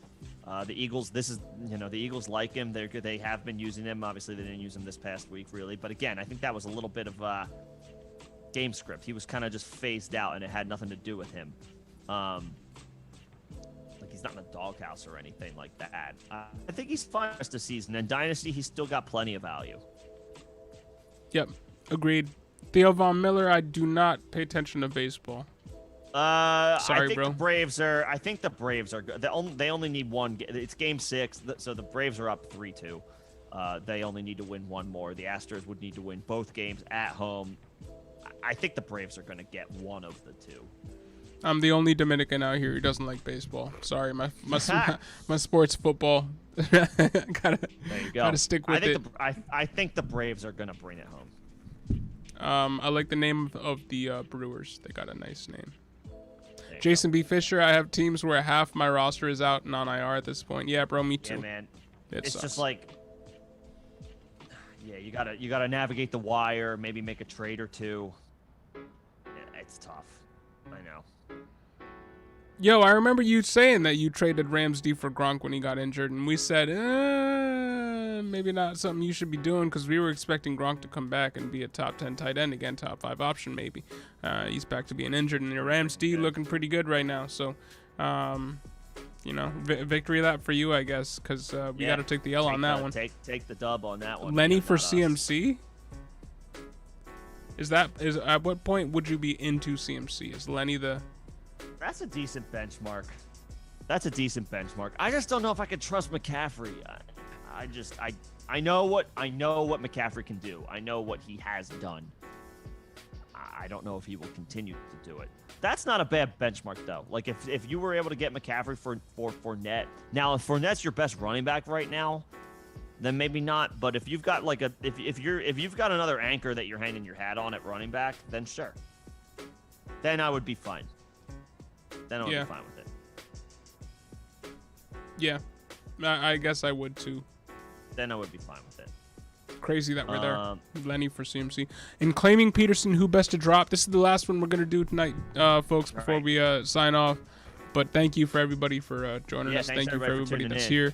In claiming Peterson, who's the best to drop? Bunch of mid-level guys. Hubbard, Booker, Darrell Williams, Kenyon Drake, Gainwell. I'd say Kenyon Drake. And he might pick up a little bit more snaps. Kenyon Drake might pick up some more work. Yeah, but I'm not sitting Darrell Williams, or I'm not letting go of Darrell Williams yet. If it's a choice between Darrell Williams and Kenyon Drake, it's Kenyon Drake for me, and it's not close. Yeah, even with I guess I would drop Drake. Maybe picking up some more snaps in light of this Ruggs issue. I would go drop Drake. Drake. Yep. I would drop. Who's That's Lenny? fine. Leonard Fournette. Oh yeah, Fournette. Sorry, Leonard Fournette.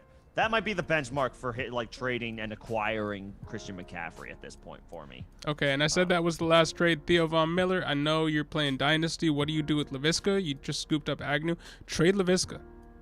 Yeah, well, no, bench Laviska and hope he is value. You're not gonna get anything for Laviska right now. Just bench him and hope he turns it around. I wouldn't try to trade him because you're not. What I don't even know what I would. I don't want. If somebody was like, "Yo, do you want Laviska?" I would say no. I'd say sure, bro. What do you want for him? Jameson Crowder? Hey, but yeah, that about does it, you guys. We are gonna wrap it up here for the night because we've almost been at this for 3 hours, and yeah, I think we've spoken about AP about 10 different times. We have definitely driven home. Peterson's our number one waiver claim tonight. If you need a quarterback, Taysom Hill is fine. Tua Tagovailoa gets the Houston Texans if you miss out on Taysom and maybe you have Tom Brady or Kyler Murray, you need a quarterback. And then if Bateman's out there, cool. Hunter Renfro, Brian Edwards both get a boost. And tight end, get Ty Conklin. He's getting a great matchup this week. Yes, sir. Thanks for the rundown right quick, and thanks for everybody in the chat for tuning in. Appreciate all your questions and all you guys just being here. It's just a fun little community. Appreciate it. Hanging out. We will be back to answer all your questions again on Saturday, 6 p.m. So be there. 6 p.m. Eastern. 6 p.m. Eastern. And if you can't be there, then be there on Sunday at 10 a.m. Eastern, where we will be back up until game time. So yes, we'll see you again later this week, and thanks for tuning in, guys. Enjoy your weeks all.